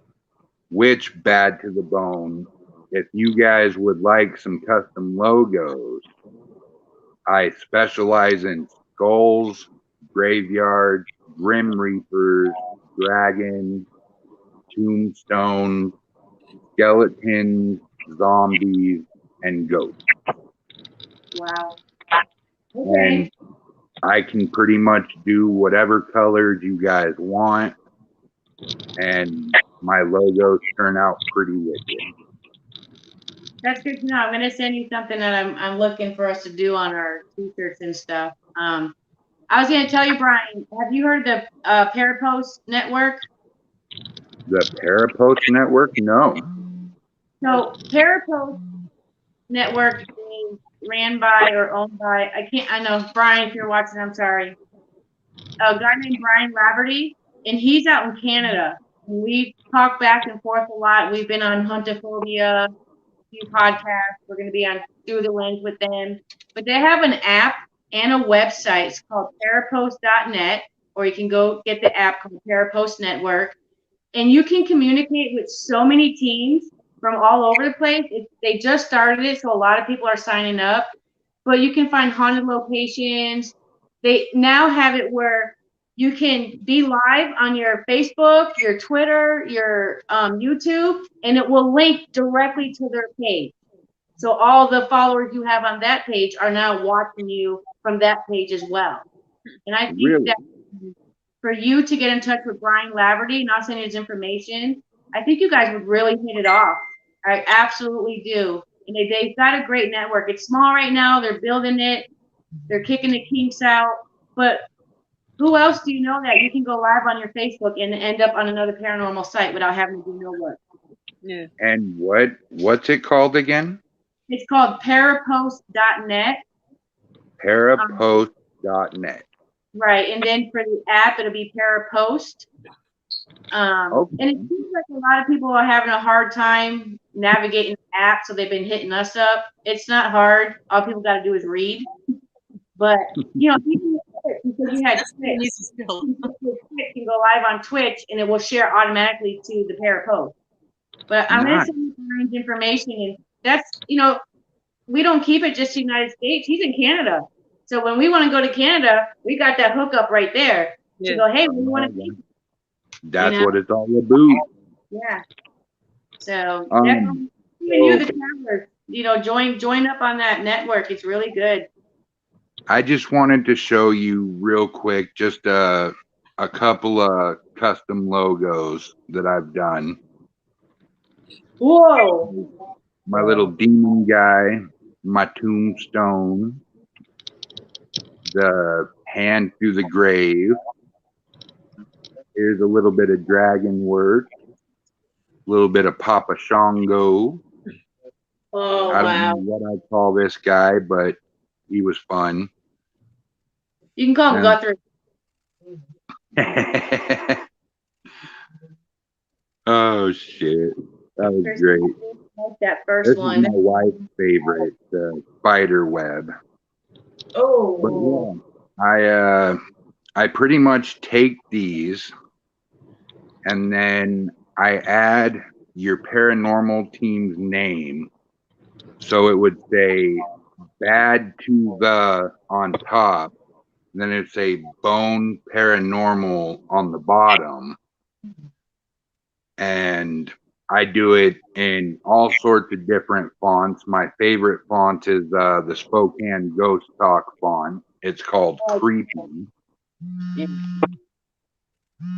And, or there's Creepster, there's Flames, there's all sorts of fonts I can do. But you guys want new custom logos, this goes for both of you teams. You let me know, and I will hook you up with 35, 40 different logos for absolutely nothing. Well, it's a good thing that you say that because we've been looking for somebody, but we've been looking for somebody to partner up with because it is expensive to get your t-shirts and sweatshirts and all that shit. So in return, because she already saw one that she liked, we would love to put your information on the back of our sweatshirts as well, your email address or just your team name or something like that. You know what I mean? Hell yeah. I mean, that would be awesome as hell. All I expect is a thank you, but if you want to add my team's name, logos done by Spokane Ghost Crew or something, that would kick ass. Yeah. It's something I think that also falls along with Para Unity. They did us a favor for free, so what can we do for them? We can put their email address, their website, something on our t-shirts too. What I'm trying to do is go outside the box with a logo, and I want it to glow in the dark.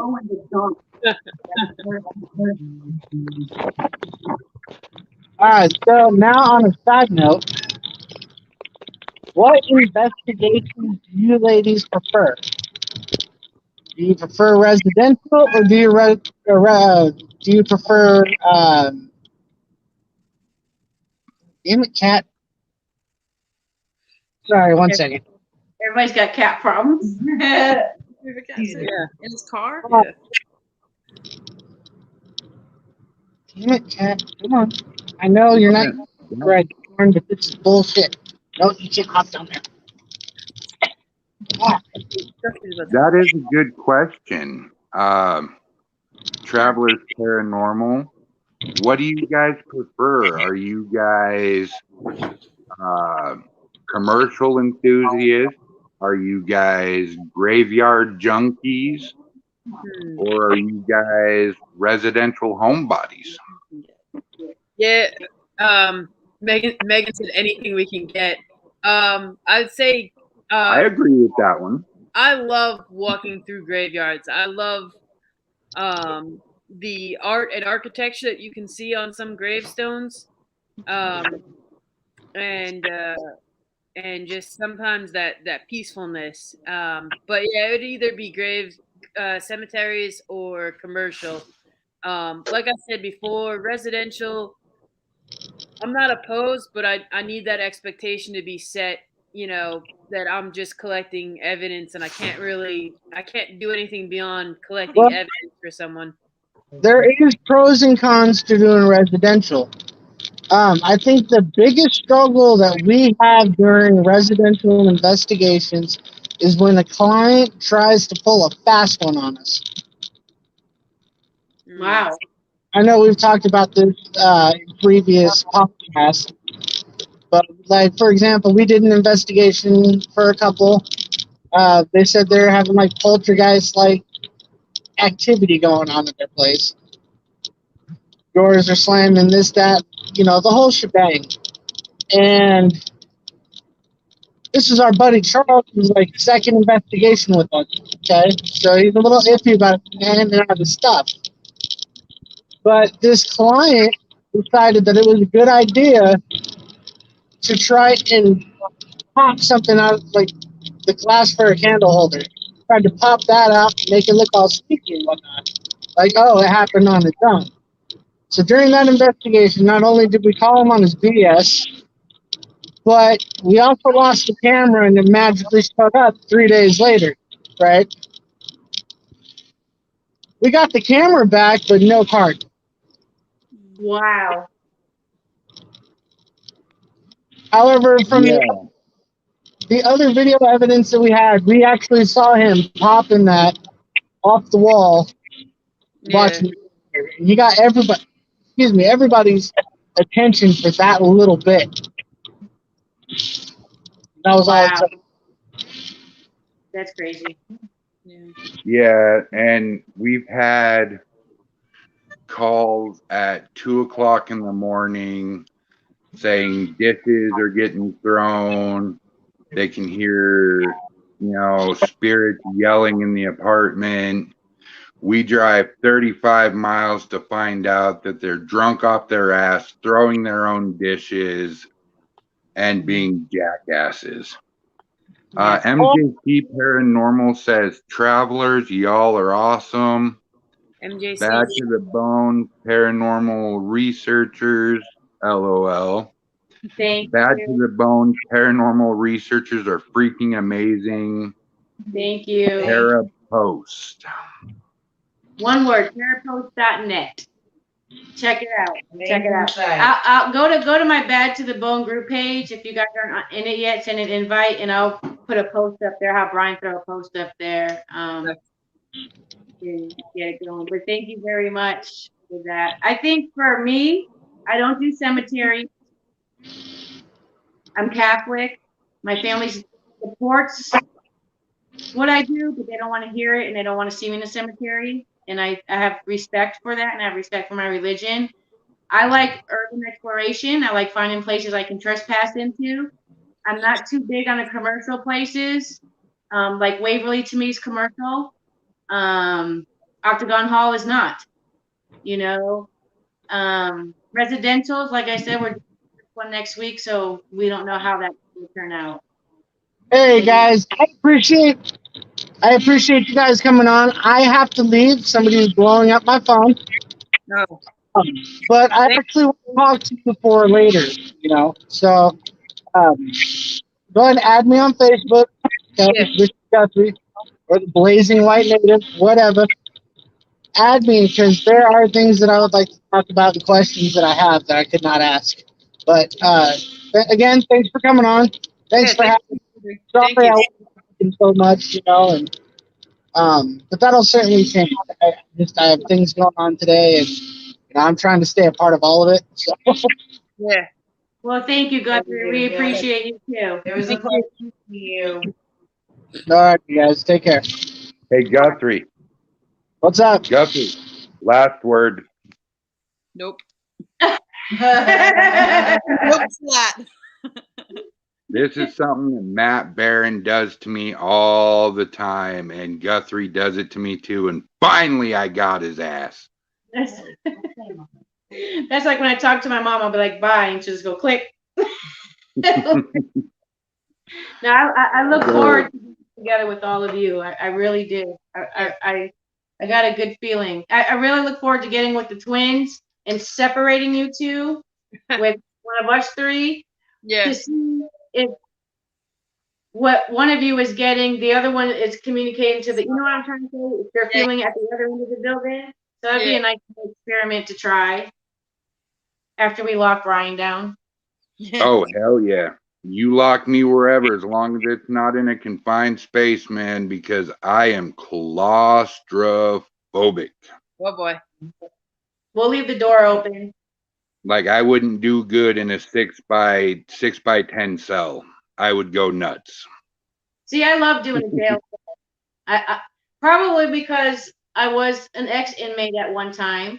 So I go to the jails and I go in the full uniform. Ooh, bad boy, bad boy. What you gonna do? Give me those 2 Snicker bars you owe me from last week, bitch. Like,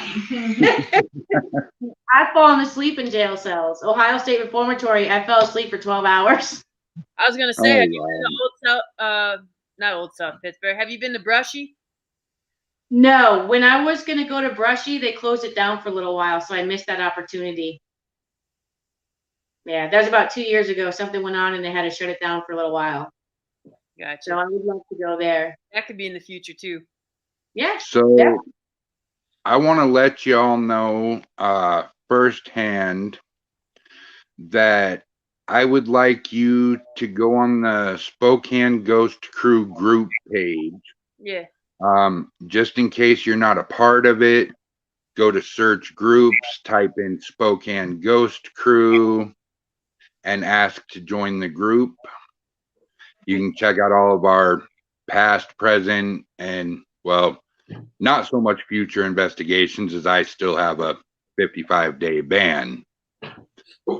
But I want you guys to post your group in our page, any of your videos, any of your live streams, any platforms you're on. I want my 4.2 thousand fans to know the name Bad to the Bone and Travelers like it's the freaking gospel. Absolutely. I will definitely be doing it. I think I am part of the group. I wanted to share something with you guys too. You know how sometimes you go on podcasts or people say, what's your link to your social media page? We use Linktree, and you can put all of your social media pages on that one site and share out that link, and they can tap on your TikTok, your Facebook, your Twitter, and get it all out there at one time. Where do you go for that? It's called Linktree. Okay. Linktree. Linktree.com, I think, and free to a certain point, but for what we use it for, just for people to find our sites and watch our stuff, it's free. Instead of saying, here's my Twitter, here's this, and you gotta go copy paste. Nope, just keep that Linktree handy. Huh. Yeah.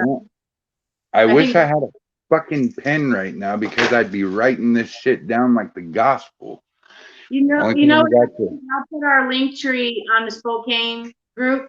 I'll put that there, and then also that parapost, yes. Yeah, and then for the traveler ladies, I will show you our ball evidence at Octagon Hall. And we got 2 different angles. We had actually somebody say, the static electricity on your shirt is what's pushing the ball. No, you dumbass. We've been sitting here for 2 hours, but I'm not going to put up a 2-hour video of how did we get it. But it wasn't my shirt. So I have a question, actually. So with me being new to everything, I've been to about 4 different places. I have seen shadow people in my life, yes. But especially in the shower. Is it possible for spirits to show themselves to you if that's what they choose to do? Absolutely. Absolutely. Because I've had a couple incidences. The house that we're actually going to be going to this Sunday, I seen something there. And it's kind of an uncomfortable thing to see, but it's like I don't see it all the time. It's like I don't know if they like pick and choose, like, oh, I'm going to show myself to you today, but not tomorrow, like thing. But here's the thing. If a spirit, we'll call it, has a thing for you, he or she or it will manifest itself right in front of your face, 6 inches in front, if he so chooses. Other times, he's going to play hard to get. He's going to go away and hide. He's going to go to a different room. He wants you to chase him. You see, the spirit realm is a very tricky area. You know, one of the mottos that I actually live by in the paranormal is they don't work on our time, we work on their time. So if that spirit at that particular said point in time wants you and only you to see him, he's going to wait till you're alone and you're at your most vulnerable, and he's going to pop right up in front of you and go, I only ask that because in the house that we're going to here this Sunday, I seen something standing in the window, and I seen it immediately when we pulled up and I got out of the car. They all kind of took off and was looking around and stuff, and I was just kind of stuck staring. And when she actually went to that specific area, she had mentioned about someone sitting or standing in that particular window. And that kind of validated for me what I saw, because I seen someone standing in that window and it was a woman. Yeah. okay. You know, it's not. Bring Brian in virtually to this with us on Sunday. It's not uncommon for a spirit to do that. I was doing a tour at this place called the Corbin Mansion. I worked for a haunted tour guy by the name of Chet Caskey, and I'd go on his little bus rides, and you know, he had a paranormal team in his pocket. I'd make $40, you know, or I'd run in a 10-minute investigation in the slaves' quarters in the Corbin Manor. But we pull up there early one night, and I look in the window, and I shit you not, there's a girl in a white Victorian dress sitting in the window like this. And I look at my sister and I'm like, are you fucking seeing this, dude? She goes, seeing what? I was like, are you flipping blind? Open up your freaking eyes and look in the goddamn window. Right. She looks at the window and she goes, are you talking about the reflection? What's fucking reflecting in there, you jackass? That's a full body apparition. And she finally sees it.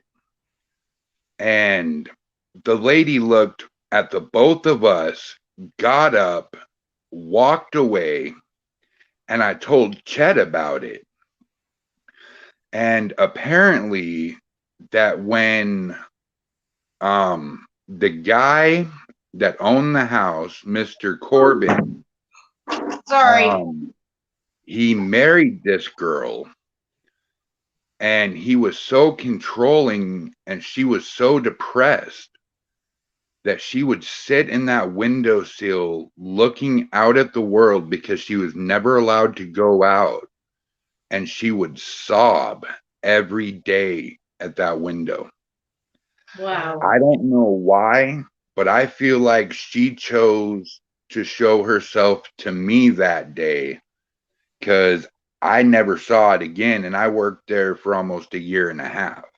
Wow. Wow. Yeah, it was one of the most phenomenal things that I have ever seen. So Yeah. I got to ask you guys a very specific question. And I'm going to start out with travelers here because they're the newer team. Okay. What is your, oh my God, I just shit my pants moment? Oh, I love that question. No, I don't like that question. Definitely not anything. So, not anything paranormal. There hasn't been on an investigation. There's not really anything that scared me. Nope, it's spiders. I walked into a web in the body chute of Waverly Hills, and I screamed like a girl that I am, at the top of my lungs. I'm pretty sure they probably heard me throughout Waverly with how loud I screamed. Don't feel bad. I scream when I see spiders too, and my wife won't let me kill them because she's a spider addict. Well, I don't let her kill them either because it's bad we're luck. Italian and it's bad luck to kill a spider in the house or inside the building. Really? Yeah. We're Italian and Irish. But which one you go? Wait. Yeah. So what about you, Twinsy? What's your moment? The story she's gonna tell is also at Waverly. So when we go on investigations, we both carry recorders and we create a transcript of the entire investigation using the recorders. And the first time we went to Waverly Hills, you know, you're walking around, you say, "Is there anyone here? Is there someone here with me?" There was a moment on the 4th floor at Waverly, and we both kind of remembered it.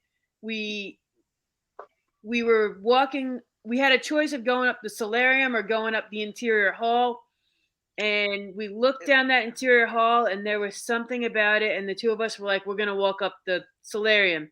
And actually, at that point, I have a series of photos that I had taken, and I always take them for the same shutter speed, the same length, and the same location where I have it on my tripod because it's too dark. It's a long exposure. And in the photos, there's an exit light. And one of the photos, it's very dark. And then in the next photo, all of a sudden, that exit light is much brighter. So it's like there was a shadow of something in front of it, but we didn't. And then the next picture had already moved on, but we didn't know that until later. But that was roughly the same time where we were like, "Do we want to go this way or do we want to go in the solarium?" And we were like, "We're going to take the solarium." Which in Waverly, the solarium is open to the air. It was a very full moon. And so, but it was bright. When we were home and we were typing up the transcript and we're listening back to the recorders, we get to that spot and it jumped out at Megan first right away. We asked, "Is there something here with us?" And then we searched the entire transcript, and that was the only time that we asked something, not someone, not anyone, not a person, whatever we were feeling at that moment. We did not feel like it was something human. And it was kind of surprising when at the very end of the transcript we searched, and that was truly the only time where we used the word something or anything, whichever one, but it was a thing. It was not a person. Wow. So, travelers, you guys are Italian. We're Italian and Irish because we're from New York, and that's what everyone is. And you're Puerto Rican. Puerto Rican and French. What nationality are you? Me, I am, from my understanding, I am German and I am French and Swedish. Oh, nine wee wee. From Pennsylvania? Me poo poo. I am a great Scotsman. That explains the beard. Yeah. Yeah. Yep. Do you drink your beer warm? I do. You should see me at 6 months. It's about down to here, and I look like a freaking Yeti's ass. So, bad to the bone. What is your, oh my God, I just shit my pants moment or moments? Oh, so we can have more than one. Okay, good. So, Top five. My first oh my God moment was definitely when we were at Octagon Hall and I watched, I don't know if you would call it a possession or what exactly you would call it, but when she lost her 45 minutes. Jesus, crime and Nitley. Yeah, Brian. Fucking jackasses. Uh-oh, what happened? Someone jumped into the comments. Uh-oh. With some An bullshit. error occurred. Try refreshing the page. What the hell? The page? No, he said. All right, so KKK, Ku Klux Klan, kill all black people, burn them. Somehow got onto my podcast. Oh wow. Wow. Yeah, and I don't deal with that shit. Yeah, that's not cool. You need to get some moderators. Mm-hmm. So anywho, sorry, go ahead. Oh no, you're fine.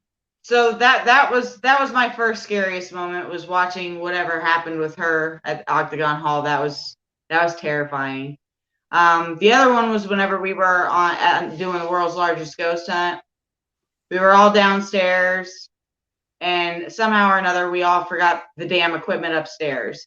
So Angelina asked me and the other girl that's with us, "Do one of y'all want to go get it?" The other girl said nothing, and I'm just like, well, shit, I guess that leaves me, so I guess I'm going to get it. Well, I walk up there, I got my flashlight, and I'm going to the second floor. I'm going in this room to go get this stuff. And going up there, I just had a really weird feeling, because when you get to the top of the stairs, there is a room to the left. And that was apparently the brother's room. And I go in the other room, I get the flashlight, I'm already scared. I come back, I'm walking slow, and something just didn't feel right. And all of a sudden, I just got the shit scared out of me, because I felt like something was watching me, and it was literally following me the whole time I was up there. And you can ask them, all you can hear is me down the stairs. Like like it scared me. It sounded like she fell down the stairs. You hear walking slow, yeah, and then and then I thought to myself, why did I put them on a spot to do that? Well, because I was too afraid to go. But I conquered a fear for myself at the same time. But I still got really scared, because I know that there was something in that room that was watching me. Hell yeah. I believe there was, because later on I did a mirror reflection experiment, and I got disembodied voice. I saw something. I told him to open the door behind me, and we started taking pictures, and we got a spirit on a picture coming down a staircase. Yeah. And it was the same that she had ran down, and that I had previously ran down myself earlier. Hell yeah. Now what's yours? Mine? There's been a few. The Octagon Hall was terrifying, mostly because I don't remember a lot of it. I'm trying to do a lot of visual reenactments in my head to remember things. But the most, and I don't think it was a oh shit moment, it was the most incredible oh shit moment, I guess, was I was with Ventures Paranormal at Poasttown Elementary, and they were doing a 3-day investigation. And, you know, since I lived there, I was like, hey, can Angelina come? Because she knows the school. Like, I know every square foot of it. I know what that sound is. You know, it's the air vent, whatever it is. So I'm walking to the break room for my apartment, and I'm on the phone, and then I see an older couple standing there. They're in their, I want to say, early 80s, late 70s. I put my phone down to be respectful. Hey, I got to go. And I look at the old guy and I say hello. He's got gray hair, very thin, balding, white shirt on that was kind of like yellowish. And then I don't know how old you all are, but I'm 50. But back in the day, we had those chino jackets, the light ones. He had a gray one of that. He had gray pants on, black shoes, and he had an old VHS player that our parents carried around. Then I look at his wife and I say hello, and she's got a Polaroid camera, the instant. And I'm like, welcome to Poasttown. You know, we're going to start the investigation in about 10 minutes. I'm going to go in a break room behind you and gather everybody up. So not even 10 minutes later, we come back out and we're getting ready to start. And I told Ventures Paranormal, I said, hey, look, we got to go get the older people that were here. Like, what are you talking about? It's just us and you. And I'm like, no, I just talked to them. Like, I physically talked to them. I walked past them. And I'm like, we got to find them. We put every light on in that 36,000 square foot building with 55 doors.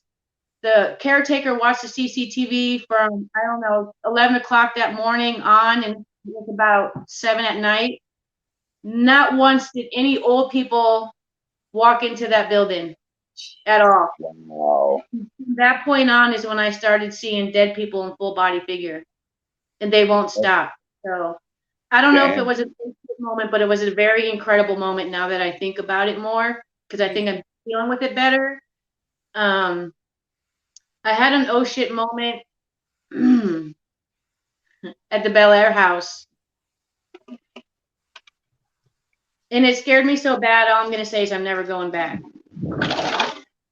Ever. Holy shit. I won't even step on a property. I sat in another team for 14, 15 hours until they were done. And it is something that still to this day, she doesn't know what happened. It's very hard to talk about. So. Well, we definitely don't have to talk about it. That's for sure. Monroe House is scary too. I have 2 I almost crapped my pants moments. One, we were in Riverside Cemetery. We were just getting our contract signed to be able to be in the cemeteries at night. And we showed up about an hour early, looking all snazzy and all that. And we decided to go in the mausoleum. So we're checking out the mausoleum, and we hear this bang. And like Scooby-Doo's gang, we go to investigate it. So we go down the stairs and down the hall. We don't hear it again for about 5 to 10 minutes, and then again, bang! This time it was louder. So by the time we get there to the end, where all you see is a wall in front of you, and up to the right is a curtain. So we go grab the curtain, and we're pulling it back, and all of a sudden, like a gunshot, bang! I watched a 430-pound investigator run faster than my 140-pound investigator. My ass took off running, but that's not the great part. The great part is what it was. It was the sprinkler that was turned on hitting the window. Oh.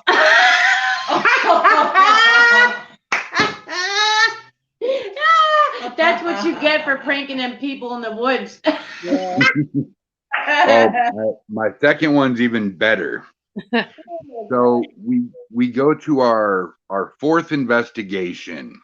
We call it the Ghost on Post. And we set up our camera, just kind of stationaried it, just set it wherever, because we were pulling out our equipment. And all of a sudden you see a solid oak door to the bathroom. Wow. So we're all cautiously creeping up behind it. Rick's in the front. And right as I grab the doorknob and go to pull it open, he lets out this enormous fart, which scares the hell out of my entire team. And now every time somebody farts during an investigation, it is now known as the ghost fart.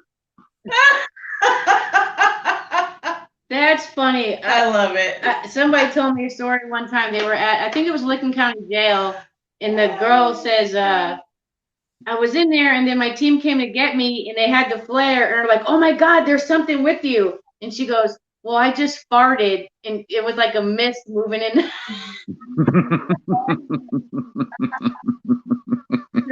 Call her the farter too, and that was with Ventures Paranormal, because they told me that story, and I'm like, and they were so comfortable, they were farting the whole 3 days I was with them. Oh wow! Yeah, that's kind of like me. Yeah. I'm one of those, why bear it when I can share it?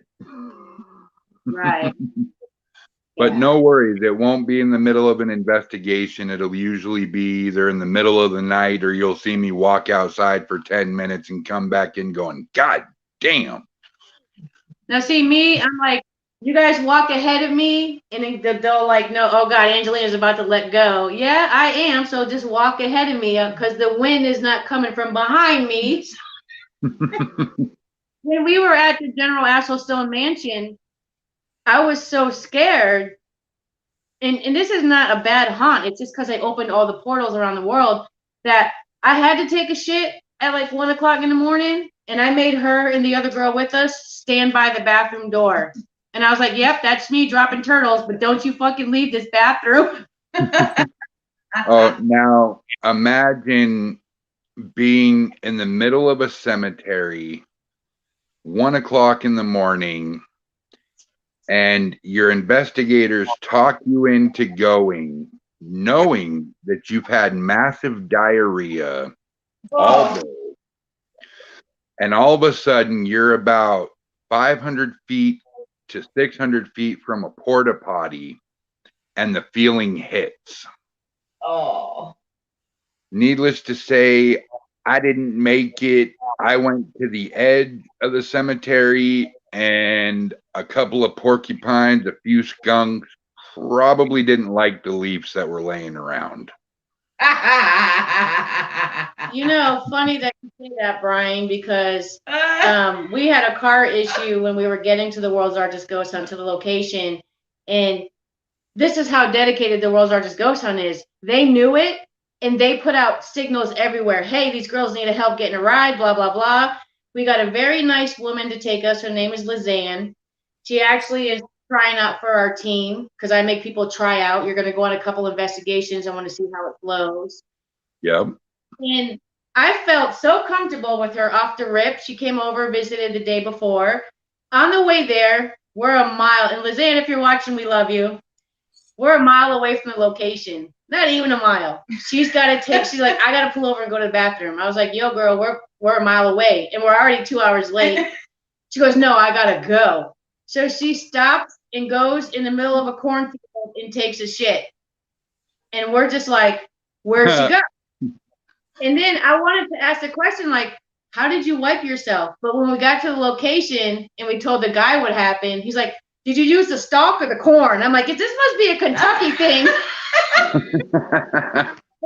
For me, like, if you have members that are like that's like family, because you tell your family, hey, I gotta take a poop, I gotta fart. You know, I call my mom in the morning and she's like, what are you doing? Let me call you back. I gotta go poop. So that I think it makes it more comfortable if you can just share all those body things with your team. Here's my problem.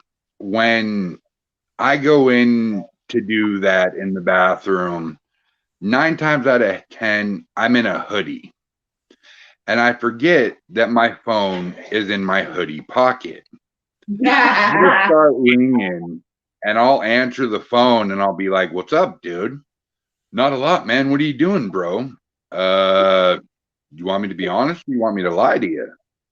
Well, of course I want you to be honest with me. Dude, I'm taking a number 2 massive right now. And they're like, I was like, let me call you back when the deuce is over, bro. Deuces. But unfortunately, ladies, there comes a point in time where I have to end this beautiful podcast. No! You guys have been the greatest duo that I have had on this podcast yet to date. You better make sure you're not lying, because I've been watching your stuff. It's been a very good podcast. It's been very educational, especially learning about the twins and how you guys can communicate without talking. And I look forward to investigating with all 3 of you. I really do. And for some reason, Penhurst is stuck in my head for the 5 of us. It's stuck. Speaking of of getting together and meeting up. So one team's in Kentucky, one team's in Tennessee. Where is a meetup spot that an Amtrak or a Greyhound is going to go through so we can all 5 meet up at once? I imagine the train probably goes into Lexington, doesn't it?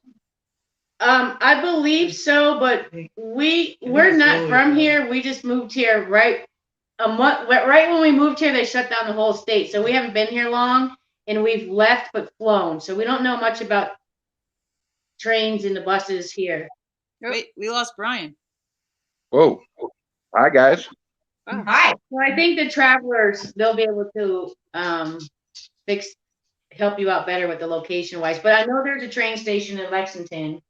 I think there's definitely Greyhound in Nashville, but there's not. But there's not a. I don't think the Amtrak comes through. I think the Amtrak either goes into Lexington or Louisville. Both. It goes into both. I know we've got Greyhound in Nashville, but I'll check it out. I'll let you know. We used to take the Amtrak all the time when we were in New York. So I'll let you know. Well, here's what I want you guys to do. You all have Facebook, correct? All 4 of you? Oh, yeah. I want all 4 of you to look up Brian James on Facebook, and I want you to send me a message because I want to start a group with the 5 of us. And man, your guys' senses, my sensitivity, bad to the bone, spunkiness, and rookiness over there, and Miss Experienza, my spicy little one.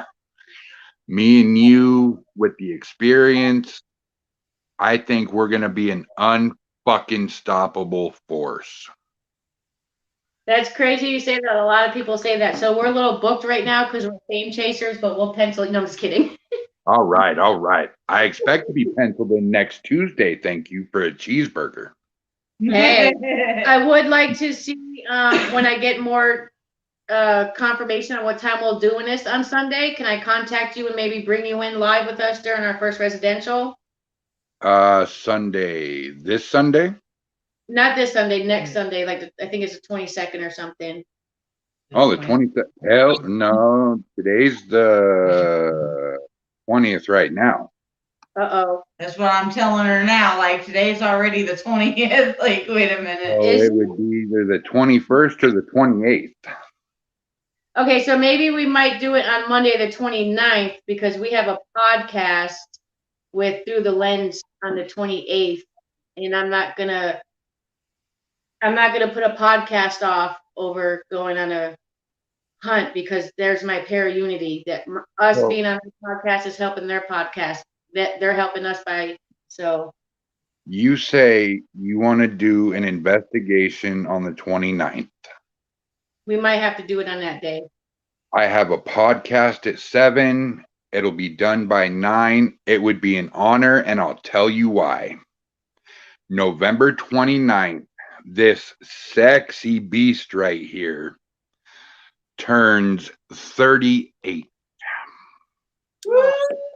So not only a birthday podcast, but a birthday investigation. And I don't have to go nowhere. I can sit on my fat ass on my phone and ask questions and be your eyes and ears. Bad to the bone. I would be honored. That sounds meant to be. You guys just gave him the best birthday present. I know. Oh, Thank you. Happy birthday. I would be honored too because it's our first time. And it'd be nice to have, besides just me and Christina, the only ones there knowing what's going on, to have somebody more experienced than us to help us through. Hey, that's almost better than birthday sex right there. Hey, plus you're like a few days shy of being a Scorpio, so I guess I could work with you. You know, I feel like I'm the oldest one in the group. Actually, my investigator John has you beat. He's 52. I'll be 50 in April. April but you know, what? Puerto Rican that keep me looking good.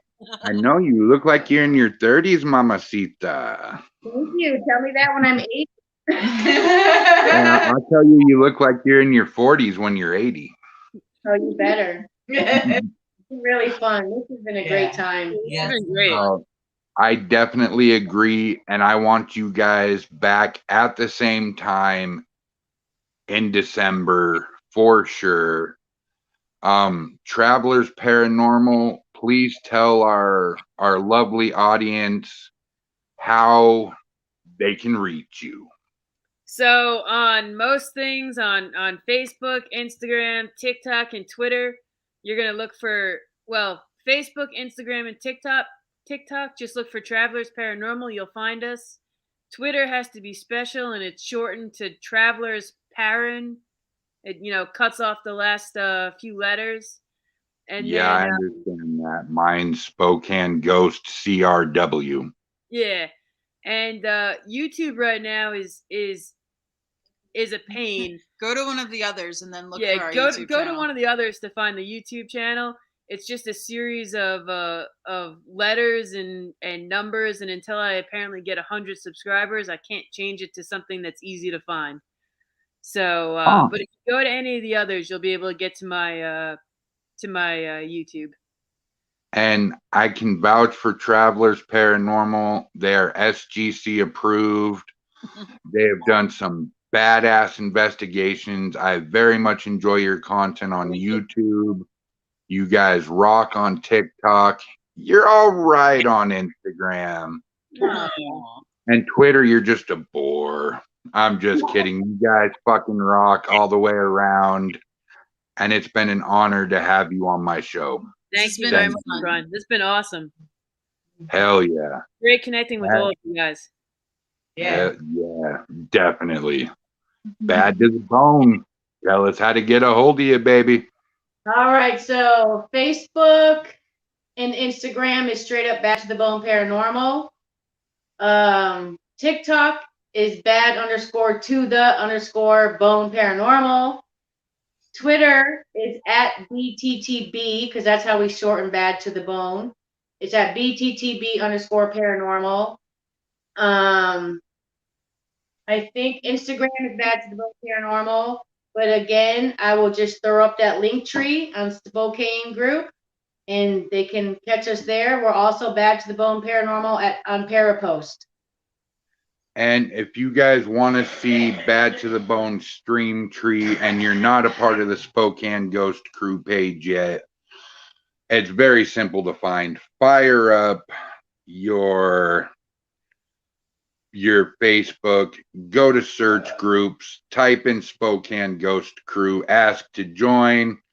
You can take part of all the fun. We have a great time in there. Check out our past and present investigations. Also, Bad to the Bones Paratree, and hopefully the Travelers, information on our page as well. I'm gonna put you ladies in the back, but please don't leave, because I need to talk to y'all for a little bit afterwards. All right. Well, thanks, Brian, for having us on the show. Thanks for having us. Thank you. Bye. Well, guys, that pretty much wraps it up for the night. Sam and Dean said, "What's up?" Hey, what's going down, Sam and Dean? Sarah McCraw, I love you too, sweetheart. Thank you for watching the podcast and supporting me. I know November's been rough. It's been podcast after podcast, but I promise in December, I'll make it up, baby. And that's my wife, by the way. So, to honor Matt Barron, I shall say happy hauntings. And you know my saying, ladies and gentlemen. Say it once, say it twice, third time's a charm. You, ladies and germs, have a ghoulish night. Bye-bye, y'all.